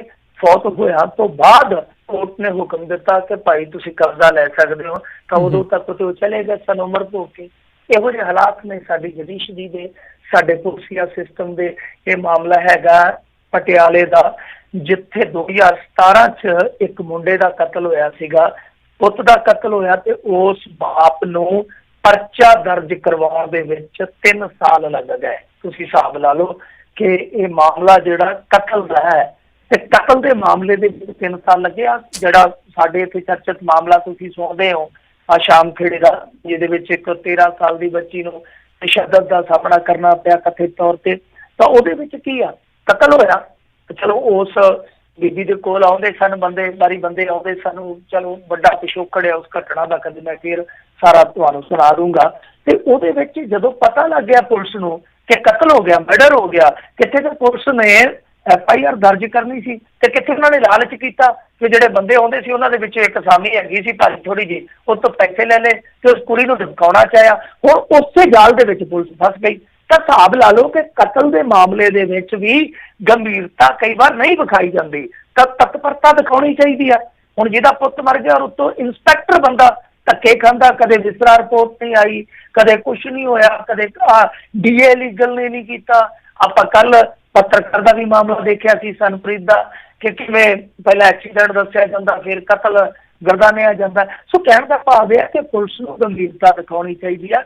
ਔਰ ਦੇਖੋ, ਆਪਾਂ ਹਮੇਸ਼ਾ ਜਦੋਂ ਸਵਾਲ ਚੁੱਕਦੇ ਹਾਂ ਇੰਡੀਆ ਦੇ ਜੁਡੀਸ਼ਰੀ ਸਿਸਟਮ ਤੇ ਜ਼ਰੂਰ ਚੁੱਕਦੇ ਹਾਂ ਕਿ ਇੱਥੋਂ ਦਾ ਜਿਹੜਾ ਜੁਡੀਸ਼ਰੀ ਸਿਸਟਮ ਆ ਉਹ ਬਹੁਤ ਸਲੋ ਚੱਲਦਾ ਹੈ, ਪਰ ਕਈ ਵਾਰ ਅਸੀਂ ਇਹ ਭੁੱਲ ਜਾਂਦੇ ਹਾਂ ਕਿ ਜੁਡੀਸ਼ਰੀ ਸਿਸਟਮ ਉੱਥੇ ਕੀ ਕਰੂਗਾ, ਐਵੀਡੈਂਸ ਕਲੈਕਟ ਕਿੰਨੇ ਕਰਨੇ ਆ, FIR ਕਿੰਨੇ ਕੱਟਣੀ ਆ, ਫਿਰ ਉਹ ਸਮੇਂ ਸਿਰ ਚਲਾਨ ਵਗੈਰਾ ਕਿੰਨੇ ਪੇਸ਼ ਕਰਨੇ ਆ, ਉਹ ਸਾਰਾ ਪੁਲਿਸੀਆ ਤੰਤਰ ਦਾ ਕੰਮ ਆ। ਅਸੀਂ ਅਦਾਲਤਾਂ ਨੂੰ ਗਾਲਾਂ ਕੱਢ ਲੈਂਦੇ ਹਾਂ, ਅਦਾਲਤਾਂ ਤੋਂ ਖਿੱਚ ਕੱਢ ਲੈਂਦੇ ਹਾਂ, ਪਰ ਜਦੋਂ ਇਨਸਾਫ ਦੀ ਗੱਲ ਹੁੰਦੀ ਆ, ਜਦੋਂ ਕੋਈ ਇਨਸਾਫ ਲੈਣ ਤੁਰਦਾ ਵਾ, ਤਾਂ ਸਭ ਤੋਂ ਵੱਡਾ ਅੜਿੱਕਾ ਜੇ ਉਹਦੇ ਰਸਤੇ 'ਚ ਹੁੰਦਾ ਕੋਈ, ਤਾਂ ਉਹ ਪੁਲਿਸੀਆ ਸਿਸਟਮ ਆ। ਇਸ ਸਿਸਟਮ ਨੂੰ ਠੀਕ ਕਰਨ ਦੀ ਜ਼ਰੂਰਤ ਆ ਕਿ ਇਹਨਾਂ ਦੇ ਆਪਣੇ ਬੰਦੇ ਆ ਜਿਹੜੇ ਉਹ ਇਸ ਸਿਸਟਮ ਤੋਂ ਕਈ ਵਾਰ ਪੀੜਤ ਹੋ ਜਾਂਦੇ ਆ ਜੀ। ਜੀ ਜੀ ਜੀ ਤੇ ਅਗਲੀ ਜਿਹੜੀ ਆਪਾਂ ਮਿੰਟੂ ਜੀ ਗੱਲ ਕਰਦੇ ਹਾਂ, ਤੇ ਉਸ ਤੋਂ ਬਾਅਦ ਦੇ ਵਿੱਚ ਇੱਕ ਆਪਾਂ ਬ੍ਰੇਕ ਲੈਣੀ ਆ। ਬ੍ਰੇਕ ਤੋਂ ਬਾਅਦ ਸਰੋਤਿਓ ਤੁਸੀਂ ਵੀ ਸਵਾਲ ਜਿਹੜੇ ਉਹ ਪੁੱਛ ਸਕੋਗੇ। ਸਵਾਲ ਕਰਨ ਦੇ ਲਈ ਨੰਬਰ ਹੈ 408 272 5200 4082725200। ਸਿੱਧੂ ਮੂਸੇਵਾਲਾ ਕਹਿੰਦੇ ਹੋ ਗਿਆ ਹੁਣ ਫਰਾਰ, ਪੁਲਿਸ ਨੇ ਦਿੱਤੀ ਦਬਸ਼। ਦੇਖੋ, ਸਿੱਧੂ ਮੂਸੇਵਾਲਾ ਉਹ ਬੰਦਾ ਆ ਅੱਡੀਆਂ ਚੁੱਕ ਕੇ ਫਾਹ ਲੈਣ ਵਾਲੀ ਜਿਹੜੀ ਆਦਤ ਹੁੰਦੀ ਹੈ ਨਾ ਕਈਆਂ ਦੀ, ਉਹ ਆ ਐਵੇਂ ਸਿਆਪੇ ਸਿਆੜੀ ਰੱਖਦਾ। ਮੈਂ ਅੱਗੇ ਵੀ ਉਸ ਦਿਨ ਗੱਲ ਕੀਤੀ ਸੀ ਜਿੱਦਣ ਇਹ ਸਾਰਾ ਮਸਲਾ ਵਿਗੜਿਆ ਸੀਗਾ ਕਿ ਜੇ ਇਹ ਆਰਮਜ਼ ਐਕਟ ਦਰਜ ਹੋ ਗਿਆ ਨਾ, ਵੈਸੇ ਮੈਂ ਤੁਹਾਨੂੰ ਇੱਕ ਗੱਲ ਦੱਸਾਂ, ਇਹਨੂੰ ਸ਼ਾਇਦ ਪਤਾ ਨਹੀਂ ਹੋਣਾ ਜਾਂ ਪਤਾ ਬਾਅਦ ਚ ਲੱਗਿਆ ਹੋਊਗਾ ਜਿਹੜਾ ਭੱਜਿਆ ਫਿਰਦਾ, ਕਿ ਇਹਨਾਂ ਨੇ ਆਰਮਜ਼ ਐਕਟ ਜਿਹੜਾ ਸੀਗਾ ਨਾ 1959 ਵਾਲਾ, ਉਹ ਬਦਲਿਆ ਵਾ, ਉਹ ਬਦਲ ਦਿੱਤਾ। ਜਿੱਥੇ 7 ਸਾਲ ਕੈਦ ਸੀ 14 ਸਾਲ ਹੋ ਗਈ ਆ। ਤੇ ਹੁਣ ਇਹ ਜਿਹੜਾ ਆਰਮਜ਼ ਐਕਟ ਹੈ ਇਹਨਾਂ ਸਖਤ ਹੈ, ਰਾਜ ਕਰਨਵੀਰ ਸਿੰਘ ਦੀ ਉਮਰ ਕੈਦ ਤੱਕ ਹੋ ਸਕਦੀ ਹੈ, ਇਹਦੇ ਵਿੱਚ ਉਮਰ ਕੈਦ ਤੱਕ ਐਡਾ ਸਖਤ ਕਾਨੂੰਨ ਆ। ਤਾਂ ਇਹਨੂੰ ਪਤਾ ਨਹੀਂ ਸੀਗਾ। ਹੁਣ ਦੇਖੋ, ਪੁਲਿਸ ਨੇ ਰੇਡਾਂ ਮਾਰਨੀਆਂ ਸ਼ੁਰੂ ਕਰ ਦਿੱਤੀਆਂ, 2-3 ਦਿਨ ਪਹਿਲਾਂ ਤੋਂ ਹੀ ਰੇਡ ਸ਼ੁਰੂ ਹੋ ਗਈ ਸੀਗੀ। ਦੱਸਦੇ ਆ ਕਿ ਉਹ ਜਿਵੇਂ ਕਹਿੰਦੇ ਹੁੰਦੇ ਨਾ, ਸੋਹਣੀਆਂ ਸ਼ਕਲਾਂ ਵਾਲੇ ਘਰ ਦੀ ਰੌਣਕ ਲੈ ਗਏ ਨਾਲੇ ਤੇ ਬੂਹੋਂ ਬਾਹਰ ਲਮਕਦੇ ਤਾਲੇ। ਹੁਣ ਬੂਹੋਂ ਬਾਹਰ ਤਾਲੇ ਲਮਕਦੇ ਪਏ ਆ, ਮਾਤਾ ਜੀ ਵੀ ਹੈ ਨਹੀਂ, ਤੇ ਮਾਤਾ ਜੀ ਦਾ ਜਿਹੜਾ ਸਪੁੱਤਰ ਆ ਸਿੱਧੂ ਉਹ ਵੀ ਹੈ ਨਹੀਂ, ਅੱਗੇ ਤੇ ਕਹਿੰਦਾ ਸੀਗਾ ਨਾ ਸਿੱਧੂ ਕਿ ਐਂ ਜੱਟ ਤੇ ਐਂ ਬੁੱਕਦਾ, ਪਰ ਮਾੜੀ ਜੀ ਭਾ ਦੀ ਬਣੀ ਤੇ ਹੁਣ ਭੱਜ ਨਿਕਲਿਆ। ਸੋ ਇਹ ਨਕਲੀ ਹੀਰੋ, ਇਹਨਾਂ ਨੂੰ ਫੋਲੋ ਕਰਨ ਵਾਲੇ ਫੋਲੋਅਰ ਹੈ ਜਿਹੜੇ, ਉਹ ਵੀ ਕੰਨ ਖੋਲ ਕੇ ਸੁਣ ਲੈਣ। ਉਸਤਾਦ ਕਰਦੇ ਰਹਿੰਦੇ ਆ, ਇੱਕ ਦੂਜੇ ਨਾਲ ਲੜਦੇ ਰਹਿੰਦੇ। ਕੋਈ ਬੱਬੂ ਮਾਨ ਦਾ ਫੋਲੋਅਰ ਹੈ, ਕੋਈ ਇਹਦਾ ਫੋਲੋਅਰ ਆ। ਸੋ ਕਹਿਣ ਦਾ ਭਾਵ ਇਹ ਆ ਕਿ ਇਹ ਨਕਲੀ ਹੀਰੋ ਆ, ਇਹਨਾਂ ਨੂੰ ਆਈਡੀਅਲ ਨਾ ਮੰਨੋ। ਔਰ ਇਹਨਾਂ ਨੂੰ ਵੀ ਥੋੜ੍ਹੀ ਅਕਲ ਕਰਨ ਦੀ ਜ਼ਰੂਰਤ ਆ ਕਿ ਠੀਕ ਹੈ ਤੁਸੀਂ ਸਟਾਰ ਬਣੇ ਹੋ, ਤੁਹਾਡੇ 'ਚ ਕਲਾ ਹੈ, ਤੁਹਾਡੀ ਚੜ੍ਹਾਈ ਹੈ, ਚੜ੍ਹ ਆ, ਪਰ ਜੇ ਤੁਸੀਂ ਕਾਨੂੰਨ ਨਾਲ ਖੇਡਣਾ ਸਟਾਰਟ ਕਰ ਦਿਓ, ਕੁਛ ਹੱਦ ਤੱਕ ਤਾਂ ਤੁਸੀਂ ਖੇਡ ਸਕਦੇ ਹੋ ਇੰਡੀਆ, ਪਰ ਜਦ ਤੁਸੀਂ ਇਸ ਜਾਲੇ 'ਚ ਉਲਝ ਗਏ ਨਾ, ਫਿਰ ਮਕੜੀ ਵਾਂਗੂ ਬੁਰਾ ਹਾਲ ਹੋ ਜੂ ਤੁਹਾਡਾ। ਹਾਥੀ ਵਾਂਗੂ ਜਦ ਤੱਕ ਮਰਜ਼ੀ ਤੋੜ ਕੇ ਲੰਘੀ ਜਾਓ, ਪਰ ਜਿੱਦਣ ਮਕੜੀ ਵਾਂਗੂ ਫਸ ਗਏ ਨਾ, ਫਿਰ ਤੁਹਾਡੀ ਕਿਸੇ ਨੇ ਬਾਤ ਨਹੀਂ ਪੁੱਛਣੀ। ਹੁਣ ਦੇਖੋ ਕਿੰਨੀ ਬਦਨਾਮੀ ਵਾਲੀ ਗੱਲ ਆ, ਸਾਰਾ ਪਰਿਵਾਰ ਹੈ ਜਿਹੜਾ ਆਸੇ ਪਾਸੇ ਹੋਇਆ ਹੋਊਗਾ। ਹੁਣ ਕਹਿਣ ਦਾ ਮਤਲਬ ਇਹ ਹੋਆ ਕਿ ਅਦਾਲਤ ਦੇ ਵਿੱਚ ਜਾਊਗਾ, ਜ਼ਮਾਨਤ ਲਈ ਅਪਲਾਈ ਕਰੂਗਾ, ਜ਼ਮਾਨਤ ਮਿਲੂਗੀ, ਤਦ ਤੱਕ ਉਹਨੂੰ ਆਸੇ ਪਾਸੇ ਰਹਿਣਾ ਪਊਗਾ। ਇਹ ਆਪਾਂ ਨੂੰ ਵੀ ਪਤਾ ਹੈ ਕਿ ਉਹਨੂੰ ਸਾਰਾ ਕੁਝ ਪੁਲਿਸ ਨੇ ਪਹਿਲਾਂ ਹੀ ਦੱਸ ਦਿੱਤਾ ਹੋਣਾ ਕਿ ਭਾਈ ਭੱਜ ਲਾ ਨੱਠ ਲਾ, ਕਿਉਂਕਿ ਯਾਰੀ ਪੱਕੀ ਆ, ਠੀਕ ਹੈ ਨਾ, ਪਹਿਲੇ ਦੱਸਤਾ ਹੋਊਗਾ। ਬਟ ਖੱਜਲ ਖੁਆਰੀ ਕਿੰਨੀ ਆ, ਬਦਨਾਮੀ ਕਿੰਨੀ ਆ। ਹਾਲੇ ਵੀ ਸਿੱਧੂ ਮੂਸੇਵਾਲੇ ਨੂੰ ਇਹਨਾਂ ਚੀਜ਼ਾਂ 'ਤੇ ਸੁਧਾਰ ਲਿਆਉਣਾ ਚਾਹੀਦਾ। ਕਲਾਕਾਰ ਆ, ਕਲਾਕਾਰ ਬਣ ਕੇ ਵਿਚਰੇ। ਆ ਜਿਹੜਾ ਡਫੂਮ ਜਿਹਾ ਕਰਦੇ ਆ ਕਲਾਕਾਰਾਂ ਨੂੰ ਸੋਚਦਾ ਨਹੀਂ, ਕਲਾਕਾਰ ਬਹੁਤ ਵੱਡੇ ਕਲਾਕਾਰ ਬੈਠੇ ਅਤੇ ਉਹਨਾਂ ਦੀ ਕੰਟਰੋਵਰਸੀ ਆਪਾਂ ਸਤਿੰਦਰ ਸਰਤਾਜ ਦਾ ਦੇਖਿਆ ਨਾ, ਕੰਟਰੋਵਰਸੀ ਵੀ ਹੋਈ ਜ਼ਫਰਨਾਮਾ 'ਤੇ, ਪਰ ਉਸ ਬੰਦੇ ਨੇ ਕੋਈ ਬੇਤੁਕੀ ਗੱਲ ਕੀਤੀ, ਕੋਈ ਬਿਆਨ ਨੂੰ ਕੋਈ ਐਸਾ ਵਧਾ ਚੜਾ ਕੇ ਪੇਸ਼ ਕੀਤਾ ਜਿਹਦੇ ਨਾਲ ਇਹ ਰੌਲਾ ਹੋਰ ਨਿਬੜਨ ਦੀ ਥਾਂ 'ਤੇ ਵਧੇ। ਸੋ ਗੱਲ ਸਿਆਣਪ ਵਾਲੀ ਕਰਨੀ ਚਾਹੀਦੀ ਆ ਕਿ ਤੁਹਾਨੂੰ ਖੁਦਾ ਨੇ ਚੜ੍ਹਾਈ ਬਖਸ਼ੀ ਆ, ਬਹੁਤ ਵੱਡੀ ਤੁਹਾਡੀ ਆਡੀਅנס ਆ, ਠੀਕ ਢੰਗ ਨਾਲ ਕੰਮ ਕਰੋ। ਮੈਂ ਤੇ ਇਹ ਸਲਾਹ ਹੀ ਦੇ ਸਕਦਾ ਵਾ, ਇਹਨਾਂ ਪੰਗਿਆਂ 'ਚ ਕੁਛ ਨਹੀਂ ਪਿਆ। ਜਿਹੜੇ ਇਹਨਾਂ ਪੰਗਿਆਂ 'ਚ ਪਏ ਆ, ਅੰਤ ਨੂੰ ਮੁੜ ਕੇ ਪਛਤਾਉਂਦੇ ਹੀ ਆ, ਮੱਥੇ 'ਤੇ ਹੱਥ ਮਾਰ ਕੇ ਕਹਿੰਦੇ ਆ ਕਿ ਜੇ ਉਹ ਉਦੋਂ ਵੇਲਾ ਸੰਭਾਲਿਆ ਹੁੰਦਾ ਤੇ ਅਸੀਂ ਅੱਜ ਦੇ ਦੌਰ ਦੇ ਵਿੱਚ ਵੇਲੇ ਦੇ ਹੱਥੋਂ ਮਾਰ ਖਾ ਕੇ ਕੁਵੇਲਾ ਨਾ ਪਾਉਂਦੇ ਜੀ। ਤੇ ਮਿੰਟੂ ਜੀ, ਅਜਿਹੇ ਮੌਕਿਆਂ 'ਚ ਜਦੋਂ ਬੰਦਾ ਇੱਕ ਵਾਰੀ ਆ ਜਾਂਦਾ ਮਾੜਾ ਜਿਹਾ ਥੱਲੇ, ਤੇ ਫਿਰ ਹੋਰ ਵੀ ਕਈ ਤਰੀਕੇ ਦੇ ਕੇਸ ਜਿਹੜੇ ਉਹਨਾਂ ਦੇ 'ਤੇ ਦਰਜ ਹੋਣੇ ਸ਼ੁਰੂ ਹੋ ਜਾਂਦੇ ਹੁੰਦੇ, ਅਕਸਰ ਇੱਦਾਂ ਦੇਖਿਆ ਗਿਆ। ਕੇਸ ਹੋਰ ਤੇ ਕੀ ਦਰਜ ਹੋਣੇ ਆ, ਕੇਸ ਇਹਦੇ ਅੱਗੇ ਮਤਲਬ ਕਿ ਹੋਏ ਅੱਕਾ ਦੁੱਕਾ, ਉਹ ਚਲੋ ਉਦੋਂ ਸੈਟਿੰਗ ਹੋ ਗਈ। ਹੁਣ ਉਹ ਕੇਸ ਤੇ ਕਿਉਂ ਇਸ ਤੋਂ ਵੱਡਾ ਕੇਸ ਕੀ ਦਰਜ ਹੋਊਗਾ? ਆਰਮਜ਼ ਐਕਟ ਲੱਗ ਗਿਆ ਤੁਹਾਡੇ ਤੇ, ਔਰ ਆਰਮਜ਼ ਐਕਟ ਦੇ ਵਿੱਚ ਇਹ ਆ ਕਿ ਕੇਸ ਬੜਾ ਸਟਰੋਂਗ ਆ। ਹੁਣ ਜਿਹੜੇ ਬੰਦੇ ਉਹ ਗਾਂਹ ਵੇਚਣ ਵਾਲੇ ਬੰਦੇ ਨਹੀਂ ਹੈਗੇ ਜਿਨ੍ਹਾਂ ਨੇ ਕੇਸ ਦਰਜ ਕਰਵਾਇਆ। ਗਾਂਹ ਕੋਈ ਪਾਰਟੀ ਬਕਾਊ ਸ਼ਬਕਾਊ ਹੋਵੇ ਫਿਰ ਤੇ ਚਲੋ ਹੈਗਾ ਕਿ ਚਲੋ ਕੋਈ ਇਹਦੇ ਵਰਗਾ ਬੰਦਾ, ਸਿੱਧੂ ਵਰਗਾ ਅੱਛੀ ਖਾਸੀ ਕਮਾਈ ਜਿਹਨੇ ਕੀਤੀ ਆ, ਹੈ ਸਟਾਰ ਹੈ, ਇਹਦੇ 'ਚ ਕੋਈ ਕੋਈ ਦੋ ਰਾਏ ਨਹੀਂ, ਮੰਨਣ ਵਾਲੀ ਕੋਈ ਇਹ ਨਹੀਂ ਹੈਗੀ ਕੋਈ ਸ਼ੰਕਾ। ਪਰ ਗੱਲ ਇਹ ਆ ਕਿ ਅੱਗੇ ਜਿਹੜੇ ਐਕਟਿਵਿਸਟ ਆ ਉਹ ਵੀ ਬੜੇ ਧਾਕੜ ਬੰਦੇ ਆ ਜਿਨ੍ਹਾਂ ਨੇ ਕੇਸ ਦਰਜ ਕਰਵਾਇਆ। ਉਹ ਲਿਖਣਗੇ ਨਹੀਂ, ਝੁਕਣਗੇ ਨਹੀਂ, ਵਿਕਣਗੇ ਨਹੀਂ।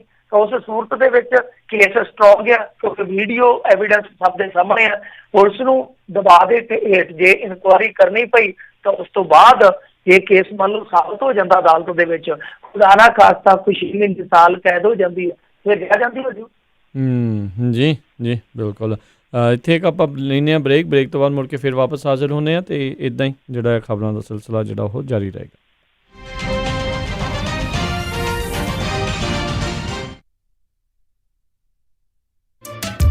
ਕੀ ਤੁਹਾਨੂੰ ਇਸ ਗੱਲ ਦਾ ਅਹਿਸਾਸ ਹੈ ਜੇ ਕੰਮ-ਕਾਰ ਕਰਦਿਆਂ ਹਾਰਟ ਅਟੈਕ, ਸਟ੍ਰੋਕ, ਭਿਆਨਕ ਸੱਟ ਚੋਟ, ਮੇਜਰ ਆਰਗਨ ਟ੍ਰਾਂਸਪਲਾਂਟ ਜਾਂ ਕੈਂਸਰ ਵਰਗੀ ਨਾਮੁਰਾਦ ਬਿਮਾਰੀ ਹੋ ਜਾਵੇ ਤਾਂ ਘਰ-ਬਾਰ ਦੇ ਖਰਚੇ ਲਈ ਆਮਦਨ ਕਿੱਥੋਂ ਆਵੇਗੀ? MAF financial and insurance services ਕੋਲ ਇਸ ਦਾ ਜਵਾਬ ਹੈ। ਇਹਨਾਂ ਕੋਲ ਮਾਡਰਨ ਇੰਸ਼ੋਰੈਂਸ ਪਲਾਨ ਹਨ ਜੋ ਤੁਹਾਡੇ ਅਤੇ ਤੁਹਾਡੇ ਪਰਿਵਾਰ ਦੀ ਆਮਦਨ ਦਾ ਸਾਧਨ ਬਣ ਸਕਦੇ ਹਨ। MAF ਦੇ ਪ੍ਰੋਫੈਸ਼ਨਲ ਤੋਂ ਟੈਕਸ ਫ੍ਰੀ ਰਿਟਾਇਰਮੈਂਟ ਇਨਕਮ ਕਿਵੇਂ ਲੈਣੀ ਹੈ, ਇਸ ਬਾਰੇ ਪਤਾ ਕਰ ਸਕਦੇ ਹੋ। ਜੇ ਤੁਸੀਂ ਹਾਈ ਨੈਟਵਰਥ ਪਰਿਵਾਰ ਹੋ ਅਤੇ ਐਸਟੇਟ ਟੈਕਸ ਲਈ ਪ੍ਰੀਮੀਅਮ ਫਾਈਨੈਂਸ ਪਾਲਿਸੀ ਤੁਹਾਡੇ ਲਈ ਕਿਵੇਂ ਲਾਹੇਵੰਦ ਹੋ ਸਕਦੀ ਹੈ, ਉਹ ਵੀ ਪਤਾ ਕਰ ਸਕਦੇ ਹੋ। ਅੱਜ ਹੀ ਕਾਲ ਕਰੋ MAF 9167406400 916 740 6400। MAF also provides a platform for experienced financial professionals with top pay, company revenue and virtual agent training program. Visit MAFlife.com. MAF, California Department of Insurance License number 0M92002। ਸੱਚੀ ਮੈਨੂੰ ਤਾਂ ਬਹੁਤ ਫਿਕਰ ਲੱਗੀ ਹੋਈ ਆ। ਪਹਿਲਾਂ ਘਰ ਮਸਾ ਪਸੰਦ ਆਇਆ ਤੇ ਹੁਣ ਮੈਟਰਸ ਤੇ ਫਰਨੀਚਰ ਲੈਣ ਵਾਸਤੇ ਪਤਾ ਨਹੀਂ ਕਿਹੜੇ-ਕਿਹੜੇ ਸਟੋਰ 'ਚ ਜਾਣਾ ਪੈਣਾ। ਉਹ ਤੂੰ ਫਿਕਰ ਕਾਹਤੋਂ ਕਰਦੀ ਆ? ਆਪਾਂ ਚੱਲਦੇ ਆ ਮੈਟਰਸ ਐਂਡ ਫਰਨੀਚਰ ਐਕਸਪ੍ਰੈਸ ਵਾਲਿਆਂ ਦੇ, ਸਭ ਕੁਝ ਉੱਥੋਂ ਹੀ ਮਿਲ ਜਾਣਾ। ਪੂਰੇ ਘਰ ਦਾ furniture, bedroom, living room, sofas ਸਾਰਾ ਕੁਝ $2000 ਦੇ ਵਿੱਚ 36 ਮਹੀਨੇ ਦੀ 0% ਇੰਟਰਸਟ ਦੇ ਉੱਤੇ ਫਾਈਨੈਂਸਿੰਗ ਵੀ ਕਰਦੇ ਹਨ। ਪੰਜਾਬ ਵਾਲੇ ਪੇਟੀ ਬੈੱਡ ਵੀ ਮਿਲਦੇ ਹਨ। ਸੋਫਾ ਸਟਾਰਟਿੰਗ $299 ਅਤੇ ਮੈਟਰਸ ਸਟਾਰਟਿੰਗ $99। ਬਿਊਟੀ ਰੈਸਟ ਜਾਂ ਹਰ ਕਿਸਮ ਦੇ ਮੈਟਰਸ ਵੀ ਇਹਨਾਂ ਦੇ ਕੋਲੋਂ ਲੈ ਸਕਦੇ ਹੋ। ਹਰ ਇੱਕ ਨੂੰ ਬਹੁਤ ਹੀ ਵਧੀਆ ਡੀਲ ਦਿੰਦੇ ਹਨ। Mattress and furniture express, Roseville, 1811 Douglas boulevard, Roseville, Ross store ਦੇ ਨਜ਼ਦੀਕ।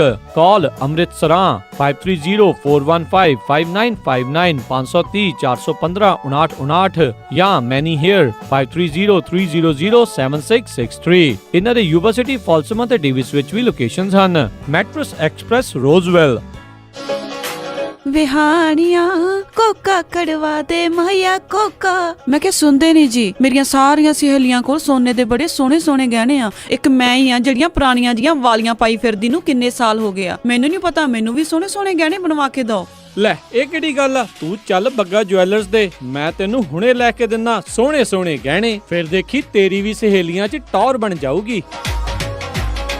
ਬੱਗਾ ਜੁਐਲਰਸ ਸੈਕਰਾਮੈਂਟੋ, ਜਿੱਥੋਂ ਖਰੀਦ ਸਕਦੇ ਹੋ ਵਿਆਹ ਸ਼ਾਦੀਆਂ ਲਈ ਖੂਬਸੂਰਤ ਗਹਿਣੇ ਤੇ ਨਾਲ ਹੀ ਸੋਨੇ ਦੇ ਬਦਲੇ ਕੈਸ਼ ਵੀ ਲੈ ਸਕਦੇ ਹੋ। ਵਿਆਹ ਸ਼ਾਦੀ ਜਾਂ ਕਿਸੇ ਵੀ ਇਵੈਂਟ ਤੇ ਡੈਕੋਰੇਸ਼ਨ ਵੀ ਕਰਦੇ ਹਨ ਤੇ ਹਰ ਤਰ੍ਹਾਂ ਦੇ ਕਸਟਮ ਗਹਿਣੇ ਤਿਆਰ ਕਰਵਾ ਸਕਦੇ ਹੋ। ਹੋਰ ਜਾਣਕਾਰੀ ਲਈ ਕਾਲ ਕਰੋ ਜੌਨੀ ਜੀ ਨੂੰ 9169128842 916 912 8842। ਪਤਾ ਨੋਟ ਕਰੋ 6930 65th street, number 115, Chinatown supermarket, Sacramento. Phone number 916 912 8842 9169128842। Bagga jewellers, Sacramento. ਕੀ ਤੁਸੀਂ ਆਪਣੀ ਮਾਰਗੇਜ ਦੀ ਪੇਮੈਂਟ ਨੂੰ ਘਟਾਉਣਾ ਚਾਹੁੰਦੇ ਹੋ, ਕੈਸ਼ ਆਊਟ ਲੈਣਾ ਚਾਹੁੰਦੇ ਹੋ ਜਾਂ ਬਿਲਸ ਨੂੰ ਕੰਸੋਲੀਡੇਟ ਕਰਨਾ ਚਾਹੁੰਦੇ ਹੋ? ਤੇ ਅੱਜ ਹੀ ਸੰਪਰਕ ਕਰੋ ਅਮਰਦੀਪ ਸਿੰਘ, ਲੋਨ ਬ੍ਰੋਕਰ 9167122735। ਇਹ ਨਵੇਂ ਘਰਾਂ ਦੇ ਅਤੇ ਰੀਫਾਈਨੈਂਸ ਦੇ home loans zero closing cost ਦੇ ਉੱਤੇ ਦਵਾ ਕੇ ਦਿੰਦੇ ਹਨ। Visit zeroclosingloan.com, zeroclosingloan.com। ਇਹਨਾਂ ਦੇ ਕੋਲ 30, 25, 20, 15 ਸਾਲ ਕਨਵੈਨਸ਼ਨਲ ਜਾਂ FHA ਲੋਨ ਪ੍ਰੋਗਰਾਮਸ ਉਪਲਬਧ ਹਨ। 30 year fixed rate 2.99% with APR 3.032%, 15 year fixed 2.5% with APR 2.535%। ਬਹੁਤੇ ਲੋਨ ਬਹੁਤ ਤੇਜ਼ੀ ਦੇ ਨਾਲ ਕਲੋਜ਼ ਕਰਦੇ ਹਨ ਅਤੇ 21 ਦਿਨਾਂ ਦੇ ਵਿੱਚ ਫੰਡ ਹੋ ਜਾਂਦੇ ਹਨ। ਸ਼ਰਤਾਂ ਲਾਗੂ। Call Amardeep Singh 9167122735 916 712 2735। NMLS licence number 280053, BRU licence number 013572117। Amardeep Singh loan broker.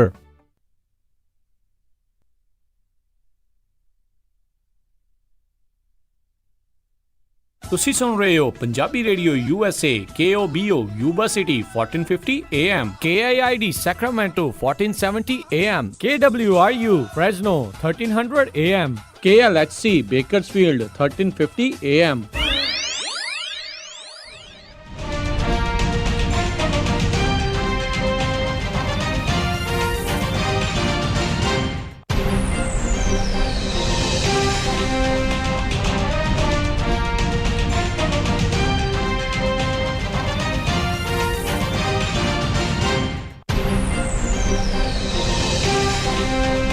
Punjabi radio USA ਸੁਣ ਰਹੇ ਸਾਰੇ ਸਰੋਤਿਆਂ ਨੂੰ ਇੱਕ ਵਾਰੀ ਫਿਰ ਨਿੱਘੀ ਜੀ ਆਇਆਂ ਨੂੰ, ਸਭ ਦਾ ਸਵਾਗਤ ਹੈ। ਸਰੋਤੇ ਪ੍ਰੋਗਰਾਮ ਦੇ ਵਿੱਚ ਪ੍ਰੋਗਰਾਮ ਚੱਲ ਰਿਹਾ ਜੀ ਇਸ ਟਾਈਮ ਖਬਰ ਤੇ ਨਜ਼ਰ। ਮਿੰਟੂ ਜੀ, ਜੀ ਆਇਆਂ ਨੂੰ ਸਵਾਗਤ ਹੈ ਜੀ ਇੱਕ ਵਾਰੀ ਫਿਰ। ਠੀਕ, ਸ਼ੁਕਰੀਆ ਜੀ। ਸਾਰੇ ਜੀ ਤੇ ਸਰੋਤਿਓ, ਜੇਕਰ ਤੁਸੀਂ ਵੀ ਕੋਈ ਸਵਾਲ ਪੁੱਛਣਾ ਚਾਹੁੰਦੇ ਹੋ ਕਾਲ ਕਰ ਸਕਦੇ ਹੋ। ਸਟੂਡੀਓ 'ਚ ਨੰਬਰ ਹੈ 408 272 5200 4082725200। ਆਪਣੇ ਅੱਜ ਦੇ ਪਹਿਲੇ ਕਾਲਰ ਨੇ ਸੰਦੀਪ ਜੀ। ਸਤਿ ਸ਼੍ਰੀ ਅਕਾਲ। ਹਾਂਜੀ, ਦੋਨਾਂ ਵੀਰਾਂ ਨੂੰ ਜੀ ਵਾਹਿਗੁਰੂ ਜੀ ਕਾ ਖਾਲਸਾ, ਵਾਹਿਗੁਰੂ ਜੀ ਕੀ ਫਤਿਹ। ਵਾਹਿਗੁਰੂ ਜੀ ਕਾ ਖਾਲਸਾ, ਵਾਹਿਗੁਰੂ ਜੀ ਫਤਿਹ ਜੀ।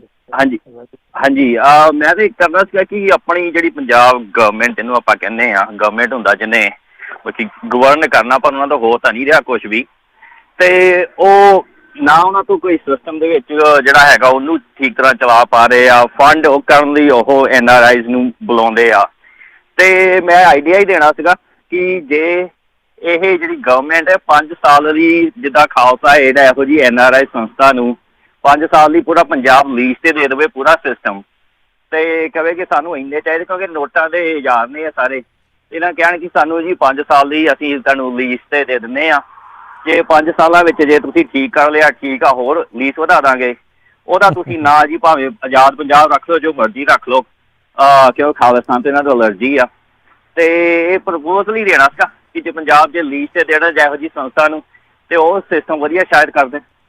ਜੀ ਨਹੀਂ, ਤੁਸੀਂ ਉਹ ਇਸ ਤਰ੍ਹਾਂ ਕਰੋ ਨਾ, ਈਮੇਲ ਹੀ ਕਰ ਦਿਓ ਕੈਪਟਨ ਅਮਰਿੰਦਰ ਸਿੰਘ ਨੂੰ, ਈਮੇਲ ਕਰ ਦਿਓ, ਤੁਹਾਨੂੰ ਗੂਗਲ ਤੋਂ ਮਿਲ ਜਾਣਾ, ਸਿੱਧਾ ਈਮੇਲ ਹੀ ਕਰ ਦਿਓ ਤੇ ਉਹਨਾਂ ਨੂੰ ਦਿਓ ਪ੍ਰਪੋਜ਼ਲ ਇਸ ਤਰ੍ਹਾਂ ਦਾ, ਸ਼ਾਇਦ ਉਹ ਕਰ ਲੈਣਗੇ। ਉਹਨਾਂ ਨੂੰ ਸਪਾਂਸਰ ਹੀ ਕਰਦੇ ਨੇ, ਅਸੀਂ ਤੁਹਾਡੇ ਜਿਵੇਂ ਕ੍ਰਿਕਟ ਟੀਮ ਦੇ ਸਪਾਂਸਰ ਬਣਦੇ ਆ ਤਾਂ ਸਪਾਂਸਰ ਹੀ ਕਰ ਸਕਦੇ ਆ।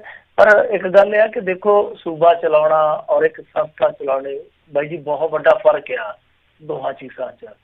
ਇਹ ਕਹਿਣ ਦੀਆਂ ਗੱਲਾਂ ਹੁੰਦੀਆਂ, 3 ਕਰੋੜ ਲੋਕਾਂ ਨੂੰ ਸੰਭਾਲਣਾ, 3 ਕਰੋੜ ਲੋਕਾਂ ਲਈ ਪਾਲਿਸੀਆਂ ਬਣਾਉਣੀਆਂ, ਪੈਸਿਆਂ ਦੇ ਇੰਤਜ਼ਾਮਾਤ ਕਰਨੇ, ਔਰ ਉਸ ਦੌਰ 'ਚ ਜਿੱਥੇ ਜੰਮਦਾ ਬੱਚਾ 40,000 ਦਾ 45,000 ਦਾ ਕਰਜ਼ਾਈ ਆ, ਵਿਆਜਾਂ ਮੋੜਨੀਆਂ, 20,000 ਕਰੋੜ ਰੁਪਈਏ ਦੀ ਵਿਆਜ ਆ ਜਿਹੜੀ ਉਹ ਤੁਸੀਂ ਏਦਾਂ ਮੋੜਨੀ ਆ, ਹੈ ਨਾ। ਇਹ ਮਤਲਬ ਕਿ 20,000 ਕਰੋੜ ਰੁਪਏ ਵਿਆਜ ਜਾਂਦਾ ਸ਼ਾਇਦ ਇਹਨਾਂ ਦਾ, ਤਾਂ ਤੁਸੀਂ ਆਪ ਅੰਦਾਜ਼ਾ ਲਾ ਲਓ ਕਿੰਨਾ ਔਖਾ ਹੈ।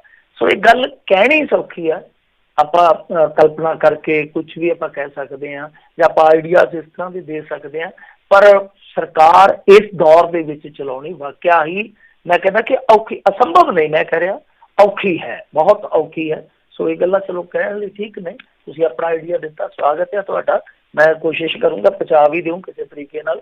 ਬਟ ਇਸ ਤਰ੍ਹਾਂ ਇੱਕ ਸੰਸਥਾ ਤੇ ਇੱਕ ਸਰਕਾਰ ਦਾ ਫਰਕ ਆਪਾਂ ਨਾ ਮੇਟੀਏ, ਔਰ ਨਾ ਹੀ ਇਹ ਸੰਵਿਧਾਨਕ ਤੌਰ ਤੇ ਕਦੇ ਵੈਲਿਡ ਹੋਊਗਾ।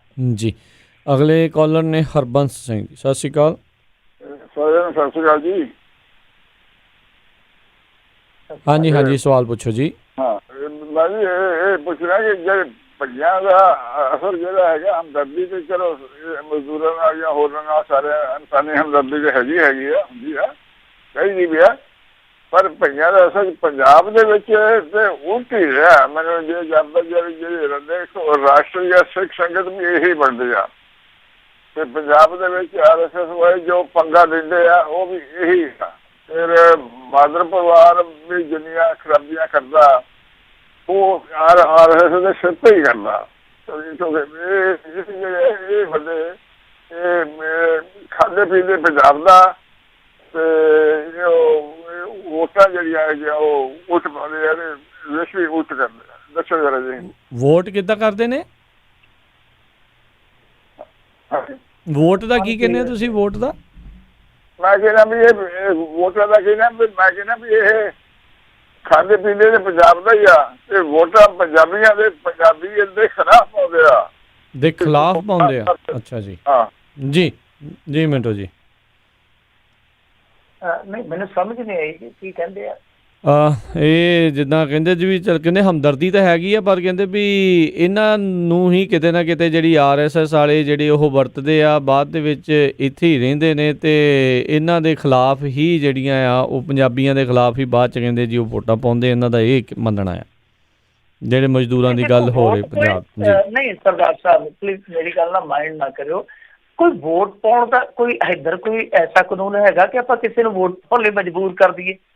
ਠੀਕ ਹੈ ਨਾ, ਕਿਸੇ ਵੀ ਡੈਮੋਕ੍ਰੈਟਿਕ ਦੇਸ਼ ਦੇ ਵਿੱਚ ਆਪਾਂ ਕਿਸੇ ਨੂੰ ਵੋਟ ਪਾਉਣ ਲਈ ਮਜਬੂਰ ਥੋੜੀ ਨਾ ਕਰ ਸਕਦੇ ਹਾਂ। ਉਹ ਵੋਟ ਅਲੱਗ ਚੀਜ਼ ਆ, ਉਹਦਾ ਅਧਿਕਾਰ ਆ, ਮਜ਼ਦੂਰ ਅਲੱਗ ਚੀਜ਼ ਆ, ਉਹਦੇ ਅਧਿਕਾਰ ਅਲੱਗ ਚੀਜ਼ ਆ ਨਾ। ਸਾਡੀ ਲੋੜ ਹੈ ਪੰਜਾਬ ਦੀ ਸਰਦਾਰ ਸਾਹਿਬ, ਅਸੀਂ ਉਹਨਾਂ ਨੂੰ ਹੁਣ ਬਈਏ ਕਹਿ ਕੇ ਜਾਂ ਇੱਦਾਂ ਕਹਿ ਕੇ ਛੁਟਿਆਈਏ ਨਾ, ਉਹ ਵੀ ਇਨਸਾਨ ਆ, ਔਰ ਇਕੋਨਮੀ ਦੇ ਵਿੱਚ, ਇੰਡੀਆ ਦੀ ਇਕੋਨਮੀ ਦੇ ਵਿੱਚ ਉਹਨਾਂ ਦਾ ਬਹੁਤ ਵੱਡਾ ਹਿੱਸਾ ਹੈ। ਸਾਡੇ ਆਪਣੇ ਵੀ ਤਾਂ ਮਜ਼ਦੂਰ ਬਾਹਰ ਜਾਂਦੇ ਆ ਨਾ। ਤਾਂ ਜਿੱਦਾਂ ਹੁਣ ਆਪਾਂ ਗੱਲ ਕਰੀ ਆ ਕਿ ਉਸ ਬੰਦੇ ਨੇ ਬਹੁਤ ਗਲਤ ਗੱਲ ਕੀਤੀ ਹੈ, ਉਹਦਾ ਬੱਚਾ ਗਹਿਣੇ ਰੱਖ ਲਿਆ, ਤਾਂ ਇਨਸਾਨ ਨੂੰ ਇਨਸਾਨ ਦੀ ਨਜ਼ਰ ਨਾਲ ਹੀ ਵੇਖੀਏ। ਇਹ ਸਾਰੀ ਦੁਨੀਆ ਦੇ ਵਿੱਚ ਹੀ ਪ੍ਰਵਾਸ ਚੱਲਦਾ ਹੈ, ਤਾਂ ਆਪਣੇ ਲੋਕ ਬਾਹਰ ਆ ਕੇ ਵੀ ਇਸ ਤਰ੍ਹਾਂ ਮਜ਼ਦੂਰੀ ਕਰਦੇ, ਖਾੜੀ ਦੇਸ਼ਾਂ 'ਚ ਵੀ ਕਰਦੇ ਆ। ਸੋ ਗੱਲ ਇਹ ਆ ਕਿ ਸਾਨੂੰ ਜ਼ਰੂਰਤ ਆ, ਸਾਡੇ ਕੋਲ ਲੇਬਰ ਦੀ ਘਾਟ ਆ। ਉਹ ਵੋਟ ਕਿੱਥੇ ਪਾਉਂਦੇ ਆ? RSS ਕੋਲ ਜਾਂਦੇ ਆ, ਕਾਮਰੇਡਾਂ ਕੋਲ ਜਾਂਦੇ ਆ। ਉਹ ਅਗਲੇ ਦੀ ਇੱਛਾ ਹੈ ਨਾ, ਸਵੈਚਾ ਕਿ ਤੁਸੀਂ ਕਿਸ ਧਰਮ ਨੂੰ ਫੋਲੋ ਕਰਦੇ ਹੋ, ਕਿਸ ਵਿਚਾਰਧਾਰਾ ਨੂੰ ਫੋਲੋ ਕਰਦੇ ਹੋ। ਗੱਲ ਤਾਂ ਇਹ ਆ ਕਿ ਇੰਡੀਅਨ ਲਾਅ ਦੇ ਵਿੱਚ ਕੋਈ ਵੀ ਬੰਦਾ ਜਿੱਥੇ ਜਾ ਕੇ ਕੰਮ ਕਰ ਸਕਦਾ, ਉਹਦੇ ਮੁਤਾਬਕ ਹੀ ਕੰਮ ਕਰਦੇ ਆ। ਤੇ ਮੇਰੇ ਖਿਆਲ ਦੇ ਨਾਲ ਇਹ ਤੁੱਕ ਨਹੀਂ ਬਣਦਾ ਕੋਈ ਆਪਾਂ ਇਹ ਕਹੀਏ ਕਿ ਵੋਟ ਫਲਾਣੀ ਥਾਂ ਤੇ ਪਾਉਂਦੇ ਆ। ਸਾਨੂੰ ਇਹ ਵੇਖਣਾ ਚਾਹੀਦਾ ਕਿ ਹਾਂ ਭਾਈ ਸਾਡੀ ਜ਼ਰੂਰਤ ਕੀ ਆ, ਕਿ ਅਸੀਂ ਜੇ ਆਪਣੀ ਆਪ ਦੀ ਲੇਬਰ ਨੂੰ ਸਕਿਲਡ ਕਰੀਏ, ਅਸੀਂ ਆਪ ਹੀ ਕਿਰਤ ਸੱਭਿਆਚਾਰ ਨਾਲ ਜੁੜੀਏ, ਉਹ ਠੀਕ ਹੈ, ਉਹ ਚੀਜ਼ ਜਾਇਜ਼ ਹੈ। ਪਰ ਜੇ ਆਪਾਂ ਇਹ ਕਹੀਏ ਕਿ ਉਹ ਇੱਥੇ ਆਉਂਦੇ ਆ, ਸਾਡਾ ਖਾਂਦੇ ਆ, ਕਮਾਉਂਦੇ ਆ, ਤਾਂ ਵੋਟ ਸਾਡੇ ਕਹਿ ਤੇ ਪਾਉਣ, ਇਹ ਨਹੀਂ ਨਾ ਕੋਈ ਗੱਲ ਬਣ ਸਕਦੀ। ਦੇਖੋ ਜੀ, ਅਮਰੀਕਾ 'ਚ ਇਹ ਰਹਿੰਦੇ ਨੇ, ਦੁਨੀਆ ਕੈਨੇਡਾ, ਅਮਰੀਕਾ, ਆਸਟ੍ਰੇਲੀਆ ਕਿੰਨੇ ਥਾਵਾਂ ਦੇ ਉੱਤੇ ਰਹਿੰਦੀ ਹੈ। ਹੁਣ ਜਦੋਂ ਤੁਹਾਨੂੰ ਕੋਈ ਆਖੇ ਵੀ ਤੁਸੀਂ ਚੱਲ ਜਾਓ ਮੁੜ ਕੇ ਵਾਪਸ, ਤੁਸੀਂ ਇੱਥੇ ਖਾਈ ਪੀ ਜਾਂਦੇ ਆ, ਕਿਉਂ ਤੁਸੀਂ ਵੋਟ ਪਾਉਂਦੇ ਆ, ਤਾਂ ਫਿਰ ਦੁੱਖ ਲੱਗੂਗਾ ਨਾ। ਵੋਟ ਸਾਡੇ ਵਿਰੋਧੀ ਨੂੰ ਕਿਉਂ ਪਾਉਂਦੇ ਹੋ? ਸੋ ਇੱਥੇ ਵੀ ਰੌਲਾ ਪੈਂਦਾ ਹੀ ਆ ਨਾ। ਫਿਰ ਜਦੋਂ ਇਮੀਗ੍ਰੈਂਟਾਂ ਦੇ ਉੱਤੇ ਸਾਰਾ ਨਜ਼ਲਾ ਝਾੜਦੇ ਆ, ਤੇ ਫਿਰ ਸਾਰੇ ਦੁੱਖ ਮਨਾਉਂਦੇ ਨੇ ਵੀ ਭਾਈ ਇੱਦਾਂ ਕਿਉਂ ਕਰਦੇ, ਇੱਦਾਂ ਨਹੀਂ ਕਰਨਾ ਚਾਹੀਦਾ। ਉਹ ਤਰਾਜੂ ਨੂੰ ਥੋੜ੍ਹਾ ਜਿਹਾ ਨਾ ਥੋੜ੍ਹਾ ਵੱਡਾ ਕਰੋ, ਉਹਨੂੰ ਦੇਖੋ ਬਰਾਬਰਤਾ ਲਿਆਓ।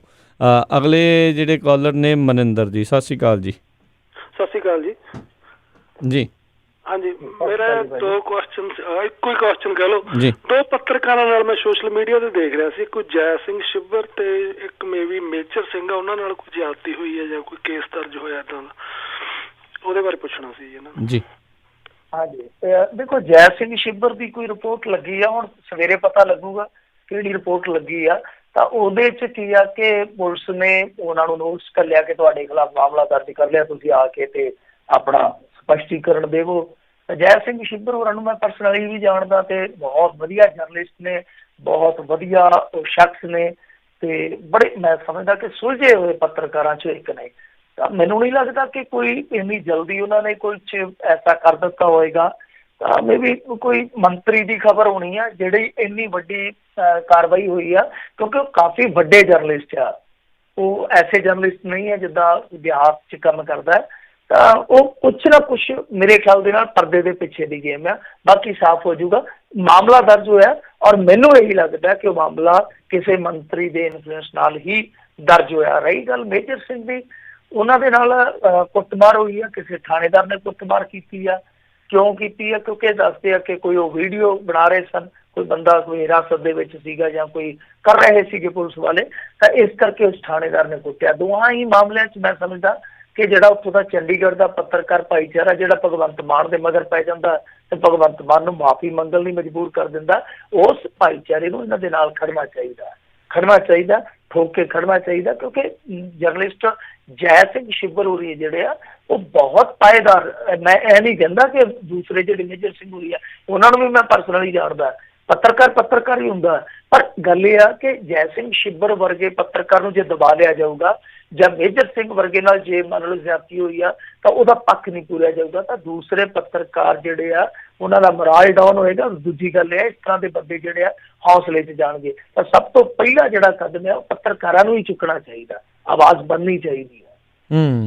ਜੀ। ਅਗਲੇ ਜਿਹੜੇ ਕਾਲਰ ਆਪਣੇ ਨਾਲ ਜੁੜੇ ਨੇ ਜੀ, ਸੁਖਦੇਵ ਜੀ, ਸਤਿ ਸ਼੍ਰੀ ਅਕਾਲ। ਸਤਿ ਸ਼੍ਰੀ ਅਕਾਲ ਜੀ। ਜੀ ਹਾਂਜੀ, ਮੇਰਾ ਸਵਾਲ ਹੈ ਜੀ ਵੀ ਸੈਣੀ ਦਾ ਕੀ ਹੈਗਾ ਅਪਡੇਟ, ਤੇ ਇੱਕ ਮੈਂ ਹੋਰ ਇਹ ਵੀ ਕੈਪਟਨ ਨੇ ਉਹਦੀ ਕਮੇਟੀ ਸੈੱਟ ਬਿਠਾਈ ਆ ਬੜਾ ਉਸ SP ਰੈਂਕ ਦਾ, ਮੇਰੇ ਹਿਸਾਬ ਨਾਲ ਕੋਈ IG ਰੈਂਕ ਦਾ, ਕੋਈ DIG ਰੈਂਕ ਦਾ ਕੋਈ ਬੰਦਾ ਇਨਕੁਆਰੀ ਤੇ ਚਾਹੀਦਾ ਸੀ। ਐਡੇ ਵੱਡੇ ਅਫਸਰ ਨੂੰ ਆਪਣਾ ਕੁਐਸਚਨਿੰਗ ਕਰਨਾ, ਕ੍ਰਾਸ ਕੁਐਸਚਨ ਕਰਨੇ ਆ ਵੀ ਉਹ ਕੀ ਉਹਦੀ ਜ਼ਰੂਰਤ ਪਊਗੀ ਇੰਨੀ। ਤੇ ਬਾਕੀ ਵੀ ਮੇਰੀ ਆਪਦੀ ਹੈ ਵੀ ਇਹਦਾ ਬਣਨਾ ਬਣਾਉਣਾ ਕੁਛ ਨਹੀਂ, ਭਾਵੇਂ ਹਵੇ ਹੋਰ ਨਵੇਂ ਵਿਟਨੈਸ ਕਹਿੰਦੇ ਆ ਗਏ ਆ 29-30 ਸਾਲ ਬਾਅਦ। ਤੇ ਜੇ ਸੈਣੀ ਫਸਦਾ ਤਾਂ ਮੇਰਾ ਹਿਸਾਬ ਦੇ ਨਾਲ ਬਾਦਲ ਵੀ ਫਸਣਗੇ। ਥੈਂਕ ਯੂ ਜੀ। ਮੇਰਾ ਖਿਆਲ ਸੰਭਵ ਨਹੀਂ ਜੀ। ਥੈਂਕ ਯੂ ਜੀ। ਚਲੋ ਉਹ ਤੇ ਭਾਜੀ ਹੁਣ ਸਮਾਂ ਤੈਅ ਕਰੂਗਾ ਕਿ ਕੀ ਹੁੰਦਾ, ਕੀ ਬਿੱਲੀ ਵਾਂਗਦੀ ਆ। ਪਰ ਗੱਲ ਜਿਹੜੀ ਤੁਹਾਡੀ ਇਹ ਆ ਨਾ ਕਿ ਬਿਆਨ ਫਲਾਣਾ ਲੈਂਦਾ ਜਾਂ ਧਮਕਾਣਾ ਲੈਂਦਾ, ਉਹਦੇ 'ਚ ਇਹ ਆ ਭਾਜੀ ਕਿ ਦੇਖੋ ਬਿਆਨ ਉਹਨਾਂ ਨੇ ਜਿਹੜੇ ਵੀ ਦੇਣੇ ਉਹ ਕਲਮਬੱਧ ਕਰ ਲੈਣੇ ਆ। ਇਹਨਾਂ ਨੇ ਕੋਈ ਇਹ ਤਾਂ ਹੈ ਨੀਗਾ ਕਿ ਜੇ ਕੋਈ ਸਾਡੇ ਵਰਗਾ ਫਸਿਆ ਤੇ ਉਹਨੂੰ ਪਟੇ ਦੇ ਥੱਲੇ ਬਿਠਾ ਕੇ ਪੁੱਛਣਾ ਕਿ ਹਾਂ ਬਈ ਦੱਸ ਬੱਚਾ ਤੇਰਾ ਨਾਮ ਕੀ ਆ। ਉੱਥੇ ਤੇ ਜਲਪਾਨ ਦੀ ਸੇਵਾ ਵੀ ਹੋਣੀ ਆ, ਸਭ ਕੁਛ ਹੋਣਾ ਹੈ ਤੇ ਬਸ ਇੱਕ ਫਾਰਮੈਲਿਟੀ ਆ। ਕੁਐਸਚਨਿੰਗ ਜਿਹੜੀ ਹੋਏਗੀ ਉਹਦੀ ਲਿਸਟ ਹੋ ਸਕਦਾ ਉੱਤੋਂ ਬਣ ਕੇ ਆਈ ਹੋਵੇ, ਠੀਕ ਹੈ ਨਾ। ਉਸ ਲਿਸਟ ਦੇ ਮੁਤਾਬਕ ਸਵਾਲ ਹੋ ਜਾਣੇ ਆ, ਉੱਥੇ ਭਾਵੇਂ ਸਿਪਾਹੀ ਬਿਠਾ ਲਓ, ਜਦੋਂ ਫਰਕ ਹੀ ਕੋਈ ਨਹੀਂ ਪੈਣਾ। ਸੋ ਕਹਿਣ ਦਾ ਮਤਲਬ ਇਹ ਹੋ ਕਿ ਜੇ ਮੰਨ ਲਓ ਪੁੱਛਗਿੱਛ ਕਰਨੀ ਹੋਵੇ ਤੇ ਇੱਕ ASI ਵੀ ਬਹੁਤ ਵੱਡੀ ਪੁੱਛਗਿੱਛ ਕਰ ਸਕਦਾ। ਪਰ ਪੰਜਾਬ ਪੁਲਿਸ ਹੈ ਨਾ ਜਿਹੜੀ ਸਰ, ਉਹਦੇ ਕੋਲ ਬਹੁਤ ਵੱਡੇ ਅਖਤਿਆਰ ਹੈ। ਮੈਂ ਤੁਹਾਡੀ ਜਾਣਕਾਰੀ ਲਈ ਦੱਸ ਦੇਵਾਂ, ਪੁਲਿਸ ਦੇ ਮਾਮਲਿਆਂ 'ਚ ਕੁਛ ਐਸੇ ਮਾਮਲੇ ਆ ਕਿ ਸਿਪਾਹੀ ਦੇ ਅਧਿਕਾਰ ਖੇਤਰ ਦੇ ਵਿੱਚ ਮਤਲਬ ਇਹ ਆ ਕਿ ਸੁਪਰੀਮ ਕੋਰਟ ਤੱਕ ਵੀ ਦਖਲ ਨਹੀਂ ਦੇ ਸਕਦੇ। ਤਾਂ ਕਹਿਣ ਦਾ ਭਾਵ ਇਹ ਹੋਆ ਕਿ ਠੀਕ ਆ ਕਿ ਐਡੇ ਵੱਡੇ ਅਫਸਰ ਦੇ ਖਿਲਾਫ ਇੱਕ ਬੰਦਾ ਛੋਟਾ ਅਫਸਰ ਬੈਠਾ ਹੋਊਗਾ ਤਾਂ ਜਿਹੜਾ ਕਲਚਰ ਹੈ ਇਸ ਵੇਲੇ, ਜਿਹੜਾ ਰਵਾਇਤੀ ਕਲਚਰ ਚੱਲਦਾ ਪਿਆ ਪੰਜਾਬ ਪੁਲਿਸ ਦਾ ਕੰਮ ਕਰਨ ਦਾ, ਤਾਂ ਉਹਦੇ ਮੁਤਾਬਕ ਲੱਗਦਾ ਨਹੀਂ ਹੈ ਕਿ ਕੋਈ ਬੰਦਾ ਪਾਏਦਾਰ ਕੁਐਸਚਨਿੰਗ ਕਰੂਗਾ। ਕੋਈ ਵੱਡਾ ਅਫਸਰ ਹੋਵੇ, ਹੋ ਸਕਦਾ ਉਹਦਾ ਪੁੱਛਗਿੱਛ ਕਰਨ ਦਾ ਅੰਦਾਜ਼ ਜਾਂ ਉਹਦੀ ਪੇਸ਼ੇਵਰਤਾ ਜਿਹੜੀ ਆ ਉਹ ਵਧੀਆ ਹੋਵੇ ਉਹ ਤੋਂ, ਮਤਲਬ ਕਿ ਛੋਟੇ ਰੈਂਕ ਤੋਂ। ਪਰ ਇਹ ਵੀ ਤਾਂ ਹੋ ਸਕਦਾ ਕਿ ਕੋਈ ਛੋਟੇ ਰੈਂਕ ਵਾਲਾ ਜ਼ਬਰਦਸਤ ਪੇਸ਼ੇਵਰਤਾ ਰੱਖਦਾ ਹੋਵੇ, ਇਹ ਵੀ ਤਾਂ ਜ਼ਰੂਰੀ ਨਹੀਂ ਹੈ। ਪਰ ਜੇ ਕਰਨੀ ਹੋਵੇ ਤਾਂ ਛੋਟਾ ਵੀ ਕਰ ਸਕਦਾ, ਜੇ ਨਹੀਂ ਕਰਨੀ ਤਾਂ ਭਾਵੇਂ DGP ਦੇ ਮੂਹਰੇ ਕੋਈ DGP ਬਿਠਾ ਦੇ ਤਾਂ ਵੀ ਕੋਈ ਫਰਕ ਨਹੀਂ ਪੈਣਾ, ਕਿਉਂਕਿ ਕਿਸੇ ਸਮੇਂ ਤੇ ਇਕੱਠੇ ਲੱਗੇ ਰਹੇ ਨਾ। ਫਿਰ DGP ਤੋਂ ਉੱਤੇ ਕੋਈ ਨਹੀਂ ਹੁੰਦਾ, ਤੇ ਕਿਸੇ ਸਮੇਂ ਤੇ ਇਕੱਠੇ ਹੀ ਅਫਸਰ ਸੀਗੇ ਨਾ, ਦਿਨਕਰ ਗੁਪਤਾ ਜੀ ਔਰ ਜਿਹੜੇ ਸੁਮੇਧ ਸੈਣੀ ਹੈ, ਇਹ ਸਾਰੇ ਇਕੱਠੇ ਹੀ ਸੀਗੇ ਨਾ। ਤਾਂ ਫਿਰ ਤਾਂ ਕੋਈ ਫਰਕ ਹੀ ਨਹੀਂ ਰਹਿ ਜਾਂਦਾ। ਬਾਕੀ ਮੈਂ ਤੁਹਾਨੂੰ ਜਿਵੇਂ ਕਿਹਾ ਕਿ ਅਸਲ ਦੇ ਵਿੱਚ ਇਹ ਇੱਕ ਫਾਰਮੈਲਿਟੀ ਹੁੰਦੀ ਆ, ਜੋ ਉਹਨੇ ਲਿਖਾ ਦਿੱਤਾ ਇਹਨਾਂ ਨੇ ਲਿਖ ਲੈਣਾ। ਇਹ ਤਾਂ ਹੈ ਨਹੀਂ ਗਾ ਕਿ ਕ੍ਰਾਸ ਕੁਐਸਚਨਿੰਗ ਹੋਏਗੀ, ਫਿਰ ਉਹਨੂੰ ਐਗਜ਼ਾਮ ਕਰਨਗੇ ਕਿ ਇੱਦਾਂ ਨਹੀਂ ਇੱਦਾਂ, ਫਿਰ ਉਹਨੂੰ ਵੈਰੀਫਾਈਡ ਕਰਨਗੇ, ਫਿਰ ਜਾ ਕੇ ਤੱਥਾਂ ਦੇ ਨਾਲ ਮਿਲਾਨ ਕਰਨਗੇ। ਐਸਾ ਕੁਛ ਨਹੀਂ, ਇੱਕ ਖਾਨਾ ਪੂਰਤੀ ਹੋਈ ਆ। ਜੀ ਅਗਲੇ ਜਿਹੜੇ ਕਾਲਰ ਆਪਣੇ ਨਾਲ ਜੁੜੇ ਨੇ ਜੀ, ਰਾਜ ਜੀ, ਸਤਿ ਸ਼੍ਰੀ ਅਕਾਲ। ਹਾਂਜੀ ਰਾਜ ਜੀ, ਸਤਿ ਸ਼੍ਰੀ ਅਕਾਲ ਜੀ, ਸਵਾਗਤ ਹੈ ਜੀ। ਹਾਂਜੀ ਸਤਿ ਸ਼੍ਰੀ ਅਕਾਲ ਜੀ, ਮਿੰਟੂ ਜੀ ਨੂੰ ਸਤਿ ਸ਼੍ਰੀ ਅਕਾਲ।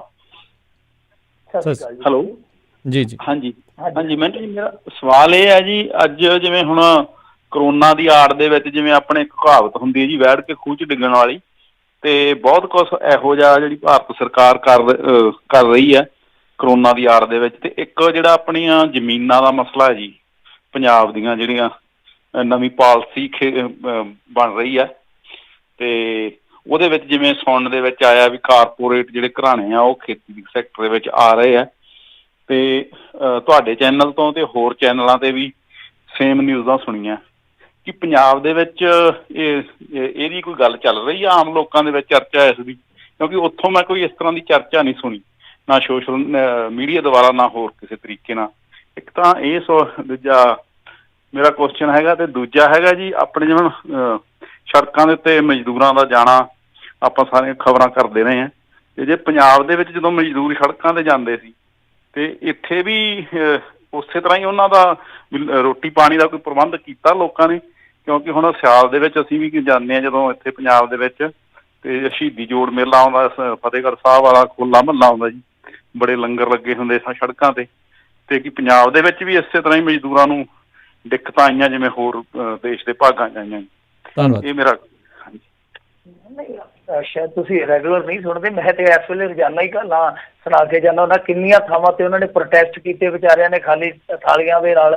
ਔਰ ਮੇਨ ਸਮੱਸਿਆ ਸਰਦਾਰ ਸਾਹਿਬ ਇਹ ਸੀਗੀ ਕਿ ਜਦੋਂ ਉਹਨਾਂ ਦਾ ਕੰਮ ਬੰਦ ਹੋ ਗਿਆ ਤਾਂ ਜਿਹੜੇ ਮਕਾਨਾਂ 'ਚ ਰਹਿੰਦੇ ਸੀ ਉਹਨਾਂ ਨੇ ਕਿਰਾਇਆ ਮੰਗਣਾ ਸ਼ੁਰੂ ਕਰ ਦਿੱਤਾ ਕਿ ਸਾਡਾ ਕਿਰਾਇਆ ਸੁੱਟੋ। ਰਾਸ਼ਨ ਵਾਲਿਆਂ ਨੇ ਰਾਸ਼ਨ ਦੇਣ ਤੋਂ ਇਨਕਾਰ ਕਰ ਦਿੱਤਾ, ਜਿਹੜੇ ਕਾਰਖਾਨੇਦਾਰ ਸੀ ਉਹਨਾਂ ਨੇ ਸਾਥ ਛੱਡ ਦਿੱਤਾ, ਕੁਝ ਸਮਾਜ ਸੇਵੀਆਂ ਨੇ ਕੀਤਾ, ਪਰ ਕਿੰਨਾ ਕੁ ਦਿਨ ਚੱਲਦਾ ਕੰਮ। ਸਰਕਾਰ ਜਿਹੜੀ ਸੀਗੀ ਉਹ ਛੱਡ ਗਈ ਸਾਥ, ਅੰਤ ਨੂੰ ਸੜਕ ਤੇ ਆਏ, ਪ੍ਰੋਟੈਸਟ ਤੱਕ ਹੋਏ ਭਾਜੀ, ਉਹਨਾਂ ਤੇ ਲਾਠੀ ਚਾਰਜ ਤੱਕ ਹੋਇਆ। ਸੜਕਾਂ 'ਚ ਇਸੇ ਤਰ੍ਹਾਂ ਹੀ ਇਹ ਸਭ ਕੁਛ ਹੁੰਦਾ ਰਿਹਾ ਜਿਸ ਤਰ੍ਹਾਂ ਦੂਸਰੀਆਂ ਸਟੇਟਾਂ 'ਚ ਹੁੰਦਾ। ਹੁਣ ਕਿਤੇ ਹੋ ਸਕਦਾ ਕਿ ਲੰਗਰ ਲੱਗਿਆ ਹੋਵੇ, ਹੋ ਸਕਦਾ ਕਿਸੇ ਸਮਾਜ ਸੇਵੀ ਨੇ ਸੇਵਾ ਕੀਤੀ ਹੋਵੇ। ਐਸੇ ਦਾਨੀ ਪੁਰਸ਼ ਜਿਹੜੇ ਹਮੇਸ਼ਾ ਹੁੰਦੇ। ਹੁਣ ਆਪਾਂ ਹਰੇਕ ਥਾਂ ਤੇ ਮੌਜੂਦ ਨਹੀਂ ਰਹਿ ਸਕਦੇ, ਹਰੇਕ ਖਬਰ ਨੂੰ ਕਵਰ ਨਹੀਂ ਕਰ ਸਕਦੇ, ਪਰ ਹਾਲਾਤ ਤਕਰੀਬਨ ਇੱਕੋ ਜਿਹੇ ਰਹੇ ਆ। ਜੇ ਹਾਲਾਤ ਸਾਡੇ ਜੁਦਾ ਹੁੰਦੇ ਤੇ ਉਹ ਜਾਂਦੇ ਕਾਹਤੋਂ ਹੀ ਕਾਹਤੋਂ, ਫਿਰ ਤੇ ਉਹਨਾਂ ਨੂੰ ਇੱਥੇ ਤਸੱਲੀ ਹੁੰਦੀ। ਦੂਜੀ ਗੱਲ ਇਹਨਾਂ ਨੇ ਕਿਹੜੀ ਪੁੱਛੀ ਸੀਗੀ ਜੀ? ਆਈ ਥਿੰਕ ਜ਼ਮੀਨਾਂ ਬਾਰੇ। ਹਾਂਜੀ ਹਾਂਜੀ, ਦੇਖੋ ਉਹ ਇਹ ਕਈ ਵਾਰ ਹੁੰਦਾ ਕਿ ਕੁਝ ਚੀਜ਼ਾਂ ਉਹ ਲਿਖੀਆਂ ਜਾਂਦੀਆਂ। ਹੁਣ ਪਹਿਲੀ ਗੱਲ ਤੇ ਮੈਂ ਤੁਹਾਨੂੰ ਇੱਕ ਗੱਲ ਦੱਸਾਂ ਕਿ ਜਿਸ ਤਰ੍ਹਾਂ ਚਾਈਨਾ ਦੇ ਨਾਲ ਹੋਇਆ, ਆਪਾਂ ਡੇਲੀ ਗੱਲਾਂ ਬਾਤਾਂ ਕਰਦੇ ਹਾਂ ਕਿ ਉੱਥੋਂ ਫੈਕਟਰੀਆਂ ਦੀ ਹਿੱਲ ਜੁਲ ਹੈ। ਇੰਡੀਆ ਇਸ ਤਰ੍ਹਾਂ ਦੀ ਪਾਲਿਸੀ ਬਣਾਏਗਾ ਹੀ ਬਣਾਏਗਾ ਕਿ ਜਿਹਦੇ ਵਿੱਚ, ਕਿਉਂਕਿ ਇੱਕ ਚੀਜ਼ ਹੁੰਦੀ ਹੈ ਨਾ, ਜਦ ਵੀ ਤੁਸੀਂ ਉਦਯੋਗ ਨੂੰ ਅੱਗੇ ਲੈ ਜਾਣਾ ਹੈ ਤਾਂ ਤੁਹਾਨੂੰ ਉਦਯੋਗ ਪੱਖੀ ਨੀਤੀਆਂ ਬਣਾਉਣੀਆਂ ਪੈਣਗੀਆਂ। ਮਤਲਬ ਜਿਸ ਤਰ੍ਹਾਂ ਹੁਣ ਯੂਪੀ 'ਚ ਇਹਨਾਂ ਨੇ ਸੋਚਿਆ ਕਿ ਆਪਾਂ ਥੋੜ੍ਹਾ ਜਿਹਾ ਇੰਡਸਟਰੀ ਨੂੰ ਹੁਲਾਰਾ ਦਈਏ, ਘੁੰਮਣਾ ਦਈਏ, ਤਾਂ ਇਹਨਾਂ ਨੇ ਉੱਥੇ ਲੇਬਰ ਲਾਅ ਸਸਪੈਂਡ ਕਰ ਦਿੱਤਾ, ਗੁਜਰਾਤ ਦੇ ਵਿੱਚ ਸਸਪੈਂਡ ਕਰ ਦਿੱਤਾ, ਮੱਧ ਪ੍ਰਦੇਸ਼ ਦੇ ਵਿੱਚ ਸਸਪੈਂਡ ਕਰ ਦਿੱਤਾ। ਇਹ ਦੋ ਚੀਜ਼ਾਂ ਹੁੰਦੀਆਂ ਜਿਹੜੀਆਂ ਉਦਯੋਗ ਨੂੰ ਹਮੇਸ਼ਾ ਖਿੱਚਦੀਆਂ। ਇੱਕ ਹੁੰਦਾ ਕਿ ਜ਼ਮੀਨ ਦਾ ਕਾਨੂੰਨ ਕਿਸ ਤਰ੍ਹਾਂ ਦਾ, ਤੁਹਾਡੇ ਇੱਥੇ ਜ਼ਮੀਨ ਦਾ ਭਾਅ ਕਿਸ ਤਰ੍ਹਾਂ ਦਾ, ਇਨਫਰਾਸਟਰਕਚਰ ਵਿੱਚ ਸਾਰਾ ਕੁਛ ਆ ਗਿਆ। ਤਾਂ ਸਾਡਾ ਇੱਥੇ ਜਿਹੜਾ ਜ਼ਮੀਨ ਦਾ ਕਾਨੂੰਨ ਆ ਉਹ ਕਿਸਾਨ ਪੱਖੀ ਆ, ਕਿਉਂਕਿ ਆਪਣਾ ਦੇਸ਼ ਹੀ ਜਿਹੜਾ ਕਿ ਇਹ ਕਿਸਾਨ ਤੇ ਨਿਰਭਰ ਸੀਗਾ।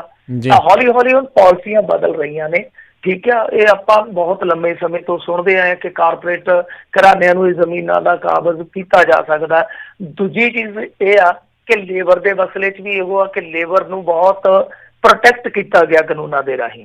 ਤਾਂ ਇਹ ਦੋ ਚੀਜ਼ਾਂ ਜਿਹੜੀਆਂ ਉਹ ਹਮੇਸ਼ਾ ਉਦਯੋਗ ਦੇ ਰਾਹ ਦੇ ਵਿੱਚ ਅੜਿੱਕਾ ਸਮਝੀਆਂ ਜਾਂਦੀਆਂ। ਤੇ ਪਾਲਿਸੀਆਂ ਹੋ ਸਕਦਾ ਸੋਚਦੇ ਹੋਣ, ਪਰ ਕਰਨਾ ਸਰਦਾਰ ਸਾਹਿਬ ਇਹਨਾਂ ਨੇ ਸੰਸਦ ਦੇ ਜ਼ਰੀਏ ਆ।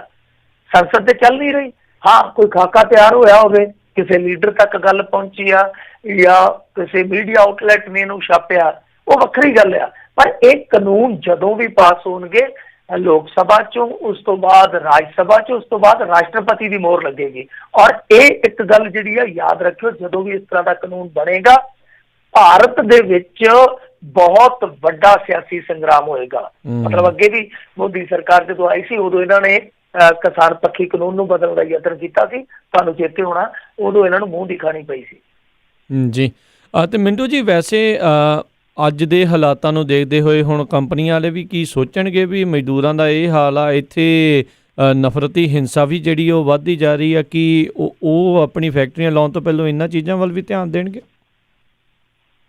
ਦੇਖੋ, ਗੱਲ ਤੇ ਜੇ ਮੰਨ ਲਓ ਸਰਕਾਰ ਉਹਨਾਂ ਦੇ ਨਾਲ ਖਲੋਤੀ ਹੈ ਫਿਰ ਤੇ ਉਹਨਾਂ ਨੂੰ ਕੀ ਸਮੱਸਿਆ ਹੈ।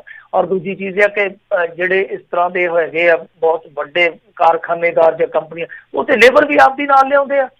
ਹੁਣ ਦੇਖੋ, ਜੇ ਮੰਨ ਲਓ ਐਪਲ ਆ, ਸੋਚੋ ਐਪਲ ਨੂੰ ਕੋਈ ਲੇਬਰ ਚਾਹੀਦੀ ਹੋਵੇ ਤੇ ਸਾਡੀ ਲੇਬਰ ਥੋੜੀ ਨਾ ਐਪਲ ਦੇ ਵਿੱਚ ਕੰਮ ਕਰ ਸਕਦੀ ਹੈ, ਠੀਕ ਹੈ ਨਾ। ਜੇ ਮੰਨ ਲਓ ਕੋਈ ਐਡੀਡਸ ਦੀ ਫੈਕਟਰੀ ਆ ਬਾਹਰ, ਤੇ ਠੀਕ ਹੈ, ਕੋਈ ਥੋੜੀ ਬਹੁਤੀ ਉਹਨਾਂ ਨੂੰ ਹੈਲਪ ਦੀ ਲੋੜ ਪਏਗੀ। ਪਰ ਜੇ ਆਪਾਂ ਦੇਖੀਏ ਸਾਰਾ ਕੁਛ ਉਹਨਾਂ ਨੇ ਕਰਨਾ ਹੈ ਤਾਂ ਉਹ ਸਕਿਲਡ ਲੇਬਰ ਨੂੰ ਹੀ ਪਹਿਲ ਦੇਣਗੇ ਨਾ। ਸਕਿਲਡ ਲੇਬਰ ਜਿਹੜੀ ਆ ਸਾਡੇ ਇੱਥੇ ਬਹੁਤ ਘੱਟ ਆ, ਪਹਿਲੀ ਗੱਲ ਤੇ ਇਹ ਆ। ਔਰ ਦੂਜੀ ਗੱਲ ਇਹ ਆ, ਠੀਕ ਆ ਕਿ ਕੁਛ ਇਸ ਤਰ੍ਹਾਂ ਦੀਆਂ ਸਮੱਸਿਆਵਾਂ ਹੈਗੀਆਂ, ਪਰ ਤੁਹਾਨੂੰ ਪਤਾ ਹੀ ਆ ਕਿ ਜਦੋਂ ਇਸ ਤਰ੍ਹਾਂ ਕੰਪਨੀਆਂ ਦੇ ਨਾਲ ਡੀਲਿੰਗ ਹੁੰਦੀ ਆ, ਬਹੁਤ ਵੱਡੀਆਂ ਡੀਲਾਂ ਕੀਤੀਆਂ ਜਾਂਦੀਆਂ, ਤਾਂ ਸਰਕਾਰਾਂ ਜ਼ਿੰਮੇਵਾਰ ਬਣਦੀਆਂ ਕਿ ਭਾਈ ਅਸੀਂ ਤੁਹਾਨੂੰ ਇਸ ਤਰ੍ਹਾਂ ਦਾ ਮਾਹੌਲ ਦੇਵਾਂਗੇ। ਮਤਲਬ ਕਿ ਲੇਬਰ ਦੇ ਤਾਂ ਕਾਨੂੰਨ ਹੀ ਜਦੋਂ ਉਹਨਾਂ ਦੇ ਉਲਟ ਹੋ ਗਏ, ਉਹਨਾਂ ਦੇ ਪੱਲੇ ਕੱਖ ਨਾ ਹੋਇਆ, ਬਦਲ ਦਿੱਤਾ, ਸਰਕਾਰਾਂ ਨਾਲ ਖਲੋਤੀਆਂ ਨੇ ਤੇ ਲੇਬਰ ਨੂੰ ਕੰਮ ਦੀ ਜ਼ਰੂਰਤ ਆ। ਮੇਰੇ ਖਿਆਲ ਦੇ ਨਾਲ ਇਹ ਚੀਜ਼ਾਂ ਪਿੱਛੇ ਰਹਿ ਜਾਂਦੀਆਂ। ਕੰਪਨੀਆਂ ਨੂੰ ਇਹਨਾਂ ਚੀਜ਼ਾਂ ਨਾਲ ਨਹੀਂ ਹੁੰਦਾ, ਕੰਪਨੀਆਂ ਨੂੰ ਮੁਨਾਫੇ ਨਾਲ ਹੁੰਦਾ। ਸਸਤੀ ਲੇਬਰ ਚਾਹੀਦੀ ਉਹਨਾਂ ਨੂੰ, ਸਸਤੀ ਜ਼ਮੀਨ ਚਾਹੀਦੀ ਆ। ਬਾਕੀ ਦੂਜਾ ਦੇਸ਼ ਦੇ ਵਿੱਚ ਕੀ ਢਾਂਚਾ, ਕੀ ਮਾਹੌਲ ਹੈ, ਉਹਨਾਂ ਨੇ ਕੀ ਲੈਣਾ ਦੇਣਾ। ਜੀ ਜੀ, ਅਗਲੇ ਕਾਲਰ ਨੇ ਬਲਵਿੰਦਰ ਜੀ, ਸਤਿ ਸ਼੍ਰੀ ਅਕਾਲ। ਹੈਲੋ, ਹਾਂਜੀ ਸਤਿ ਸ਼੍ਰੀ ਅਕਾਲ ਜੀ। ਸਤਿ ਸ਼੍ਰੀ ਅਕਾਲ ਭਾਜੀ ਜੀ। ਹਾਂਜੀ, ਮੇਰਾ ਨਾ ਇਹ ਕੁਐਸਚਨ ਆ ਕਿ ਜਿਹੜੇ ਇੱਥੇ ਦੇ ਸਿਟੀਜ਼ਨ ਆ ਅਮਰੀਕਾ ਕੈਨੇਡਾ ਦੇ ਜਿੱਥੇ ਦੇ ਵੀ ਹੈਗੇ ਆ, ਉਹ ਇੰਡੀਆ ਕਿੰਨਾ ਚਿਰ ਰਹਿ ਸਕਦੇ ਆ ਸਕਦੇ ਆ, ਪਰ ਟਿਕਟ ਬਹੁਤ ਐਕਸਪੈਂਸਿਵ। ਆਵਾਜ਼ ਕੱਟ ਰਹੀ ਹੈ ਭੈਣ ਜੀ, ਤੁਹਾਡੀ ਆਵਾਜ਼ ਕੱਟ ਰਹੀ ਹੈ, ਦੁਬਾਰਾ ਪੁੱਛੋ ਕਿ ਕਿੰਨਾ ਚਿਰ ਰਹਿ ਸਕਦੇ, ਉਸ ਤੋਂ ਬਾਅਦ ਕੀ ਕਹਿ ਰਹੇ ਸੀ? ਹਾਂਜੀ, ਉੱਥੇ ਇਸ ਤਰ੍ਹਾਂ ਸੇਫ ਬੈਠੇ ਆ ਜੀ।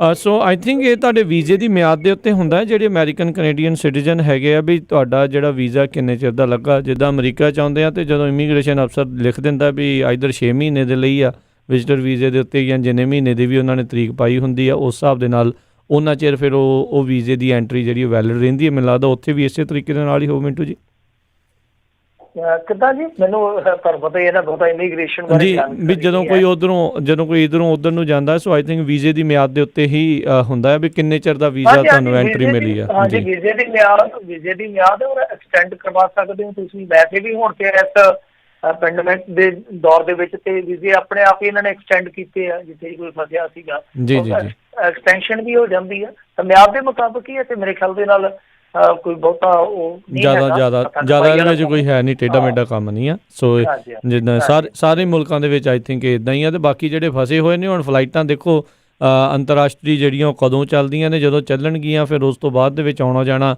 ਲੋਕਾਂ ਦਾ ਸੌਖਾ ਹੋਊਗਾ। ਬਾਕੀ ਜਿਹੜੇ ਇੱਥੇ ਭਾਰਤੀ ਫਸੇ ਆ, ਇੱਥੇ ਦੀ ਜਿਹੜੇ ਸਫਾਰਤਖਾਨਾ ਹੈਗਾ ਇੰਡੀਅਨ ਐਮਬੈਸੀ ਅਮਰੀਕਾ 'ਚ, ਉਹਨਾਂ ਦੇ ਨਾਲ ਸੰਪਰਕ ਕਰ ਲਓ। ਅਤੇ ਜਿਹੜੇ ਅਮਰੀਕਾ ਵਾਲੇ ਜਾਂ ਕੈਨੇਡਾ ਵਾਲੇ ਭਾਰਤ ਵਿੱਚ ਫਸੇ ਆ, ਉਹ ਆਪੋ ਆਪਣੀਆਂ ਉੱਥੇ ਮੁਲਕ ਦੀਆਂ ਜਿਹੜੇ ਸਫਾਰਤਖਾਨੇ ਐਮਬੈਸੀਆਂ ਆ, ਉਹਨਾਂ ਦੇ ਨਾਲ ਸੰਪਰਕ ਕਰੋ। ਪਹਿਲੋਂ ਵੀ ਕਈ 100 ਉਹਨਾਂ ਨੇ ਲੋਕ ਵੈਸੇ ਕੱਢ ਕੇ ਲੈ ਕੇ ਆਉਂਦੇ ਨੇ। ਸੋ ਹੋ ਸਕਦਾ ਤੁਹਾਡਾ ਨੰਬਰ ਵੀ ਜਿਹੜਾ ਉਸ ਦੇ ਵਿੱਚ ਉਹ ਲੱਗ ਜਾਵੇ। ਅਤੇ ਮਿੰਟੂ ਜੀ ਬਹੁਤ ਬਹੁਤ ਧੰਨਵਾਦ, ਬੜੀ ਮਿਹਰਬਾਨੀ। ਸਮਾਂ ਸਮਾਪਤ ਅੱਜ ਦੇ ਪ੍ਰੋਗਰਾਮ ਦਾ। ਧੰਨਵਾਦ, ਸਤਿ ਸ਼੍ਰੀ ਅਕਾਲ ਜੀ। ਜੀ ਸਾਰਿਆਂ ਨੂੰ ਸਤਿ ਸ਼੍ਰੀ ਅਕਾਲ ਜੀ। ਅਤੇ ਸਰੋਤਿਓ, ਇੱਥੇ ਹੀ ਸਾਡਾ ਅੱਜ ਦਾ ਇਹ ਪ੍ਰੋਗਰਾਮ ਉਹ ਸਮਾਪਤ ਹੈ। ਮਿਲਦੇ ਹਾਂ ਅਗਲੀ ਵਾਰ। ਉਦੋਂ ਤੱਕ ਲਈ ਮੇਰੇ ਵੱਲੋਂ ਵੀ ਤੁਹਾਨੂੰ ਸਾਰਿਆਂ ਨੂੰ ਪਿਆਰ ਭਰੀ ਸਤਿ ਸ਼੍ਰੀ ਅਕਾਲ ਜੀ। ਸੁਣਦੇ ਰਹੋ ਪੰਜਾਬੀ ਰੇਡੀਓ USA।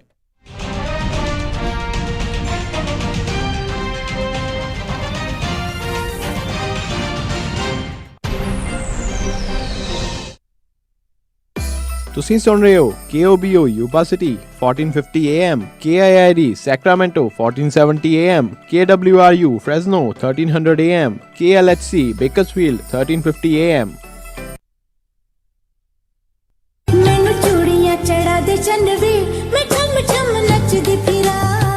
ਗਹਿਣੇ ਤਾਂ ਜੀ ਮੈਂ ਸਿਰਫ ਨੂਰ ਮਹਿਲ ਜਿਊਲਰ ਯੂਬਾ ਸਿਟੀ ਵਾਲਿਆਂ ਤੋਂ ਬਣਵਾਉਣੇ ਆ। ਨੂਰ ਮਹਿਲ ਜਿਊਲਰਸ